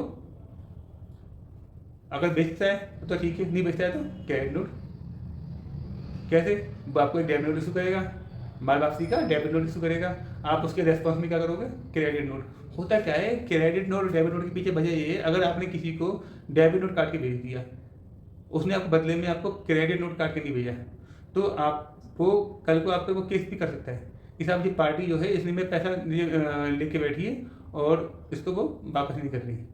आप जाके डॉक्यूमेंट, हमने कहा था मैं डेबिट नोट इशू किया था, कोर्ट भी कहेगा जब पार्टी ने आपका क्रेडिट नोट आपको इशू नहीं किया, तो एविडेंस क्या है कि आपने वो गुड्स वापस कर देते, आपको इतना गुड्स पसंद नहीं था। तो अब आप जो कह रहे हैं, आप कह रहे हैं मुझसे 1 साल बाद कि ये वाला माल हमने तो उसको डेबिट नोट इशू किया हुआ है, इससे फ़ायदा क्या हो रहा है। और ज़्यादातर कोर्ट केसेस में ऐसे मुद्दों में ये बात फंसती है, आपके एविडेंस क्या है। तो क्रेडिट नोट एक एविडेंस है। कल को फ्यूचर में पार्टी जिससे आपने जो सेलर है या परचेज, इन दोनों में कोई होता है बात विवाद किसी बात पे कि साहब नहीं मैं आपसे अग्री नहीं हूँ, मैं आपसे अग्री नहीं हूँ, तो वो क्या करेगा, अब तक की जितने भी आपके झगड़े हैं या कोई भी होते डिस्प्यूट, वो उठाएगा इसमें से। अगर आप दोनों कागजों के पक्के हैं, कागज के पक्के मतलब हर डॉक्यूमेंट को अपने पास ढंग से रख रहे हैं, तो आप एक डेबिट नोट और क्रेडिट नोट को अच्छे से एक बना के रखेंगे लिस्ट की हमने किसी को डेबिट नोट इशू किया है तो बदले में वहाँ से क्रेडिट नोट आना चाहिए, और हमने किसी को क्रेडिट नोट इशू किया है बदले में डेबिट नोट पार्टी ने हमारा आया है। इस तरह से मेंटेन किया है तो दिक्कत आती नहीं है। अगर इसमें था तो दिक्कत आ सकती है। कॉन्सेप्ट में भाई डेट डिफरेंस की बात हमारी हो गई। डिफेक्ट इन गुड्स, हमने माल खराब बेचा था तो उसने हमने ज़्यादा पैसे उसके हमने सेटलमेंट किया कि कम पैसों में ठीक है आप कम पैसे में कर लो, तो 50 रुपये में हमने कहा 50 रुपये में मैं आपको क्रेडिट नोट इशू कर दूंगा तो आपका लॉस कंपनसेट हो जाएगा। और उसने कहा कि गुड रिटर्न में माल वापसी वाला था, उसके अंदर क्या रहा कि आपने गुड्स वापसी देके कर दिया, तो जब गुड्स वापसी कर दिया उसके अंदर आपने तो ये वाला रहेगा सीन कि 100 रुपये 100 जब अमाउंट जीरो हो गया। एनी अदर रीजन, आपने क्रेडिट नोट इशू किया, सपोज करो कि आपने जब बिल काटा, बिल में आपने फेट लगा दिया, सामने वाली पार्टी ने उस पार्टी को फेट अलग से पेड कर दिया, ऐसा हो जाता है कभी कभी। ऐसे आपके पास जो सेलर है उसने आप बिल में लगा दिया, आपने ध्यान नहीं दिया, जो बंदा आया मान लेके आपका ट्रांसपोर्ट वाला, आपने लेके पैसे पकड़ो उसको लेके पैसे दे दिए। ट्रांसपोर्ट वाला मीन्स जो व्हीकल वाला है, जैसे ऑटो वाला आ गया, ऑटो वाला माना भाड़ा है 5,000 रुपये का, तो सेलर ने कहा कि ठीक है तो मेरी मंथली बिलिंग में 5,000 रुपये मेरी बिलिंग में लगा दी हूँ। पर वो पहुँचा परचेजर के पास, परचेजर ने लेके उसको 5,000 रुपये कैश भेज दिया, 5,000 रुपये कैश भाड़े के, तो वो ले आया। तो अब आपने बिल भेजा तो पार्टी करिए भाई मैं भाड़ा क्यों बिल में आपने चार्ज किया, मैं तो कैश में दिया है। वो बोला सर कैश में क्यों दे दिया, मेरी बात आपसे हो चुकी थी भाड़ा हम देंगे। तो बोला भैया मेरे को तो भाड़ा मैं भाड़ा क्यों मतलब करूँ भैया, भाड़ा तो आपको देना पड़ेगा पैसे। अल्टीमेटली जो सेलर जो है उसने जो टर्म थी आपस में वो तो सही की, पर परचेजर ने गलती से 5,000 रुपये ज़्यादा दे दिए, किसको, भाड़े वाले को। तो जो है वो है परचेजर को कहेगा मेरे पास तो डबल भाड़ा हो गया, मैं तो भाड़ा ही दूंगा ना, तो 5,000 ज़्यादा है, उसका क्या इलाज होगा, उसका इलाज ये होगा जो सेलर है वो कहेगा मैं आपको एक 5,000 रुपये का क्रेडिट नोट इशू कर देता हूँ, जिससे आपका जो 5,000 रुपये का लॉस है वो नहीं होगा, और आपका ये अमाउंट 5,000 रुपये जो पार्टी जो आपसे ले गई है वो मुझे बिल नहीं करेगी। अब देखो जो उसका ट्रांसपोर्टर वाला है, जो बंदा है, जो ऑटो वाला जो भी है 5,000 रुपये भाड़ा था, वो उसने परचेजर से ले लिया तो सेलर से लेगी नहीं, लेकिन जो सेलर की बुक ये जो बिल में 5,000 लगे हुए हैं, तो परचेजर भी तो इस बात पे ना करेगा ना डाउट, इसलिए 5,000 रुपये का सेटलमेंट हो गया। कैसे कि सेलर ने कहा ठीक है मैं आपको 5,000 का क्रेडिट नोट इशू करता हूँ। तो एनी अदर रीजन में दोबारा पॉइंट आप उसमें कर सकते हैं। तो rate difference, defect in goods return और एनी अदर रीजन। तो मैंने आपका टॉपिक कवर करवाए, sales register, purchase register, cash book, bank book, general register, debit note, credit note. I hope आपको ये सब समझ में आया होगा। और इसके अलावा हाँ हमारे जो सवाल मैंने बात आपसे की थी कि क्या क्या उसमें क्वेरी आई थी, तो कुछ तो कॉमन सी क्वेरी आई थी ज़्यादातर व्हाट्सएप पे, क्योंकि देखो जो मैंने आपसे पहले भी कहा था, जो फर्स्ट क्लास में ज़्यादातर बच्चों के डाउट्स रहते हैं, तो डाउट्स आए थे बच्चों के, उसमें एक जो कॉमन थे, मैं कुछ सवालों जो नंबर ऑफ थे ज़्यादातर कॉमन से थे, तो उसमें जो मैंने तो वही था कि थोड़ी क्लास 2-3 क्लास बाद क्लियर होगा। तो एक तो सवाल उसमें ये आया था सबसे बड़ा कि सर जो रियल अकाउंट और जो वो थे नॉमिनल अकाउंट और जो थे पर्सनल अकाउंट, इसके सर हमको एग्जाम्पल आपने करवाई नहीं, तो भाई एग्जाम्पल मैंने आपको करवा दिया है, ठीक है। इसमें मेरे हिसाब से कवर हो गया, और किसी का बच्चे बता देना। अच्छा, इसके अलावा एक ये आया था इसके अंदर, जैसे मैंने बात की थी कि बिजनेस स्टार्ट के लिए, तो एक क्वेरी आई थी, कोई मिस्टर अंकित थे, मिस्टर अंकित की एक आई थी क्वेरी, सर ये जो मुझे याद नहीं वो किस स्ट्रीम से थे, BA से थे या मतलब आर्ट साइड से, कॉमर्स या साइंस से, उनकी क्वेरी थी सर ये बिजनेस स्टार्ट करने की सर एंट्री से क्लियर नहीं हो पा रही मैं कि आपने कहा कि बिजनेस में कैपिटल अकाउंट हमेशा क्या क्रेडिट होगा और डेबिट होगा, ये थोड़ा क्लियर नहीं हो पाया पॉइंट, तो हम आपको मैं बता दूं। और उस वीडियो में आपको शायद आपने दोबारा देखा नहीं, पर मैं आपको फिर से यहाँ बता देता हूँ कि थोड़ा सा साफ कर देता हूँ, क्योंकि जो पॉइंट ऐसे हैं कि आप पूछोगे ना आपको और क्लियर होंगे। अच्छी बात लगी, आप लोगों के रिस्पॉन्स आए, मुझे बड़ा अच्छा लगा कि आप लोगों ने मुझे बहुत प्यार दिया। क्योंकि ना होता क्या है कि ज़्यादातर आप पूछोगे नहीं, मुझे पता नहीं कहाँ पे डाउट चल रहा है। अब अंकित अंकित जी ने जब पूछा है तो मैं बताता हूँ कि क्या। देखो, बिजनेस स्टार्ट करने की फिर से बात करते हैं। Business started with let's say 5 lakh rupees. हमने कहा 5 लाख से बिजनेस स्टार्ट किया। अब बिजनेस स्टार्ट हमने किया 5 लाख से, तो हमने उसमें बिजनेस में क्या क्या लगाया। मैंने एक बात कही थी, 2 एंटिटी होती है। एक एंटिटी होते हैं आप, सेल्फ, यानी ऑनर,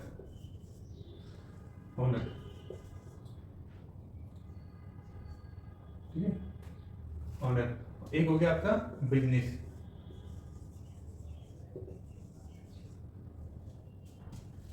इसको ऐसे कह सकते हैं, माना ये इसका नाम है ABC एंड कंपनी, इस नाम से बिजनेस। तो मिस्टर ये ऑनर है, मान उनका नाम है अंकित जी, मान लो अंकित जी, आपका सब आपका नाम ही आपने शो कर दिया है। तो अंकित नाम से मैंने किया, अंकित जी ने कहा एक बिजनेस स्टार्ट करना है मुझे, तो 5 लाख रुपये मैं उसमें स्टार्ट करना चाहता हूँ। तो बिजनेस स्टार्ट कर, तो सबसे पहले बात आती है कि बिजनेस स्टार्ट करेगा तो एक बिजनेस ABC एंड कंपनी के नाम से बिजनेस शुरू करने के कारण, तो इसके अंदर 5 लाख रुपये लगाए। तो 5 लाख क्या लगाए, उसने कहा कि मैं आपसे तभी कहा था कि स्टार्टिंग में हम कैश की बात करते हैं, कैश पैसा लाए, तो हमने 5 लाख रुपये यहाँ पर कैश की थी। अब देखो बिजनेस के लिए क्या है, जो पैसा दे रहा है और इस पर जो स्टोर हुआ, इस पर स्टोर कैश हुआ है ना, 5 लाख रुपये। पैसा किसने दिया, मिस्टर कितने, यानी ये दिया। ये बिजनेस के लिए क्या हो गई, लायबिलिटी। इसलिए आपको शायद मैं बताऊं कि जो हमारी बैलेंस शीट होती है वहाँ पे कैपिटल अकाउंट जो है वो हमेशा लायबिलिटी साइड आता है, वो असेट में नहीं शो करता, ओनली वो लायबिलिटी में शो करता है, क्योंकि बिजनेस के लिए लायबिलिटी है। क्योंकि अंकित जी ने पैसा लगाया व्यापार में इस पर्पज से कि मैं पैसा कमा सकूं, तो 5 लाख रुपए वो इसलिए लगा रहे हैं कि मैं कमा सकूँ, ये वो इसलिए नहीं है कि 5 लाख रुपये का सामान मिल जाए, वो चाहते हैं कुछ इसका इनपुट आए। तो 5 लाख रुपये किसके लिए, इनपुट के लिए, पैसे कमाए। तो व्यापार में उन्होंने 5 लाख लगा दिए। तो एंट्री 5 ऐसे होती वाली हमारी कैश अकाउंट कर लो, अकाउंट डेबिट 5 लाख से टू जो अंकित जी ऑनर कैपिटल अकाउंट, अब नाम डाल सकते हैं इसमें ब्रैकेट में अंकित, ठीक है। तो अंकित जी नाम से कैपिटल अकाउंट हमने 5 लाख रुपए को लेके हमने क्रेडिट कर दिया। अंकित जी, अब इसमें जो भी आप अब बिजनेस में आगे जो एंट्री होंगी वो कैसे होंगी, आपने जैसे कहा कि 5 लाख का किया, तो जितना आपके लिए 5 लाख बैठे रहेंगे, अब उसमें से जो भी खर्चा करते जाएंगे, तो जो खर्चा करेंगे खर्चों में आ गया, जो असेट क्रिएट के असेट में जाएगी।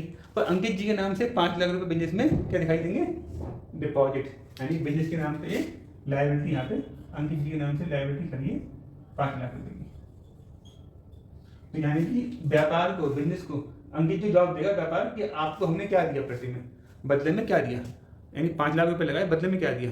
साल के एंड में देखा अंकित जी ने कि 5 लाख लगाए थे, 8 लाख रुपए हमारे पास बन के आया प्रॉफिट, मतलब बन के टोटल अमाउंट 8 लाख रुपए हो गया बिजनेस की कैपिटल। कैसे हुई होगी, जाहिर सी बात है उसने जो माल परचेज किया होगा उसके लिए बेचा होगा, उसने प्रॉफिट अर्न किया होगा, और अल्टीमेट जो नेट प्रॉफिट आके बुक्स में 3 लाख का प्रॉफिट आ गया हो गया।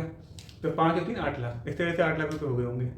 तो उसकी अंकित जी की तो 5 लाख रुपये कैपिटल जो भी तो खड़ी रही, उसके बदले में इनके रेस्पॉन्स में बिजनेस ने क्या किया, उसमें असेट्स क्रिएट कर दी, स्टॉक कर लिया, कैश इन हैंड हो गया, बैंक अकाउंट खुल गया, सभी डेटर आ गए, क्रेडिटर आ गए, इस तरह से नंबर ऑफ ट्रांजेक्शन हुए। तो पहली एंट्री इसलिए हमारी ये रहती है cash account debit to capital account. अब अंकित जी, अगर इसमें एक अगर कोई कहो साहब कि सर कैश आज के डेट में होता किसके पास है, स्टार्टिंग में होता क्या है बिजनेस में, जब आप करने बैठते हो बिजनेस तो उस समय आपको बैंक अकाउंट जो है ना, वो करेंट अकाउंट बिजनेस का खुलता नहीं है। वो कब खुलेगा, करंट अकाउंट खुलेगा बिजनेस का कब, जब आप अपने कोई डॉक्यूमेंट, मैंने आपको लास्ट टाइम भी कहा था स्टार्टअप का होता है डॉक्यूमेंट, या MSME का हो गया, या फिर GST, ये सब डॉक्यूमेंट के बाद आपका एक करंट अकाउंट खुलता है। तो करंट अकाउंट जब तक खुलेगा नहीं तो व्यापार में कैसे लगाओगे।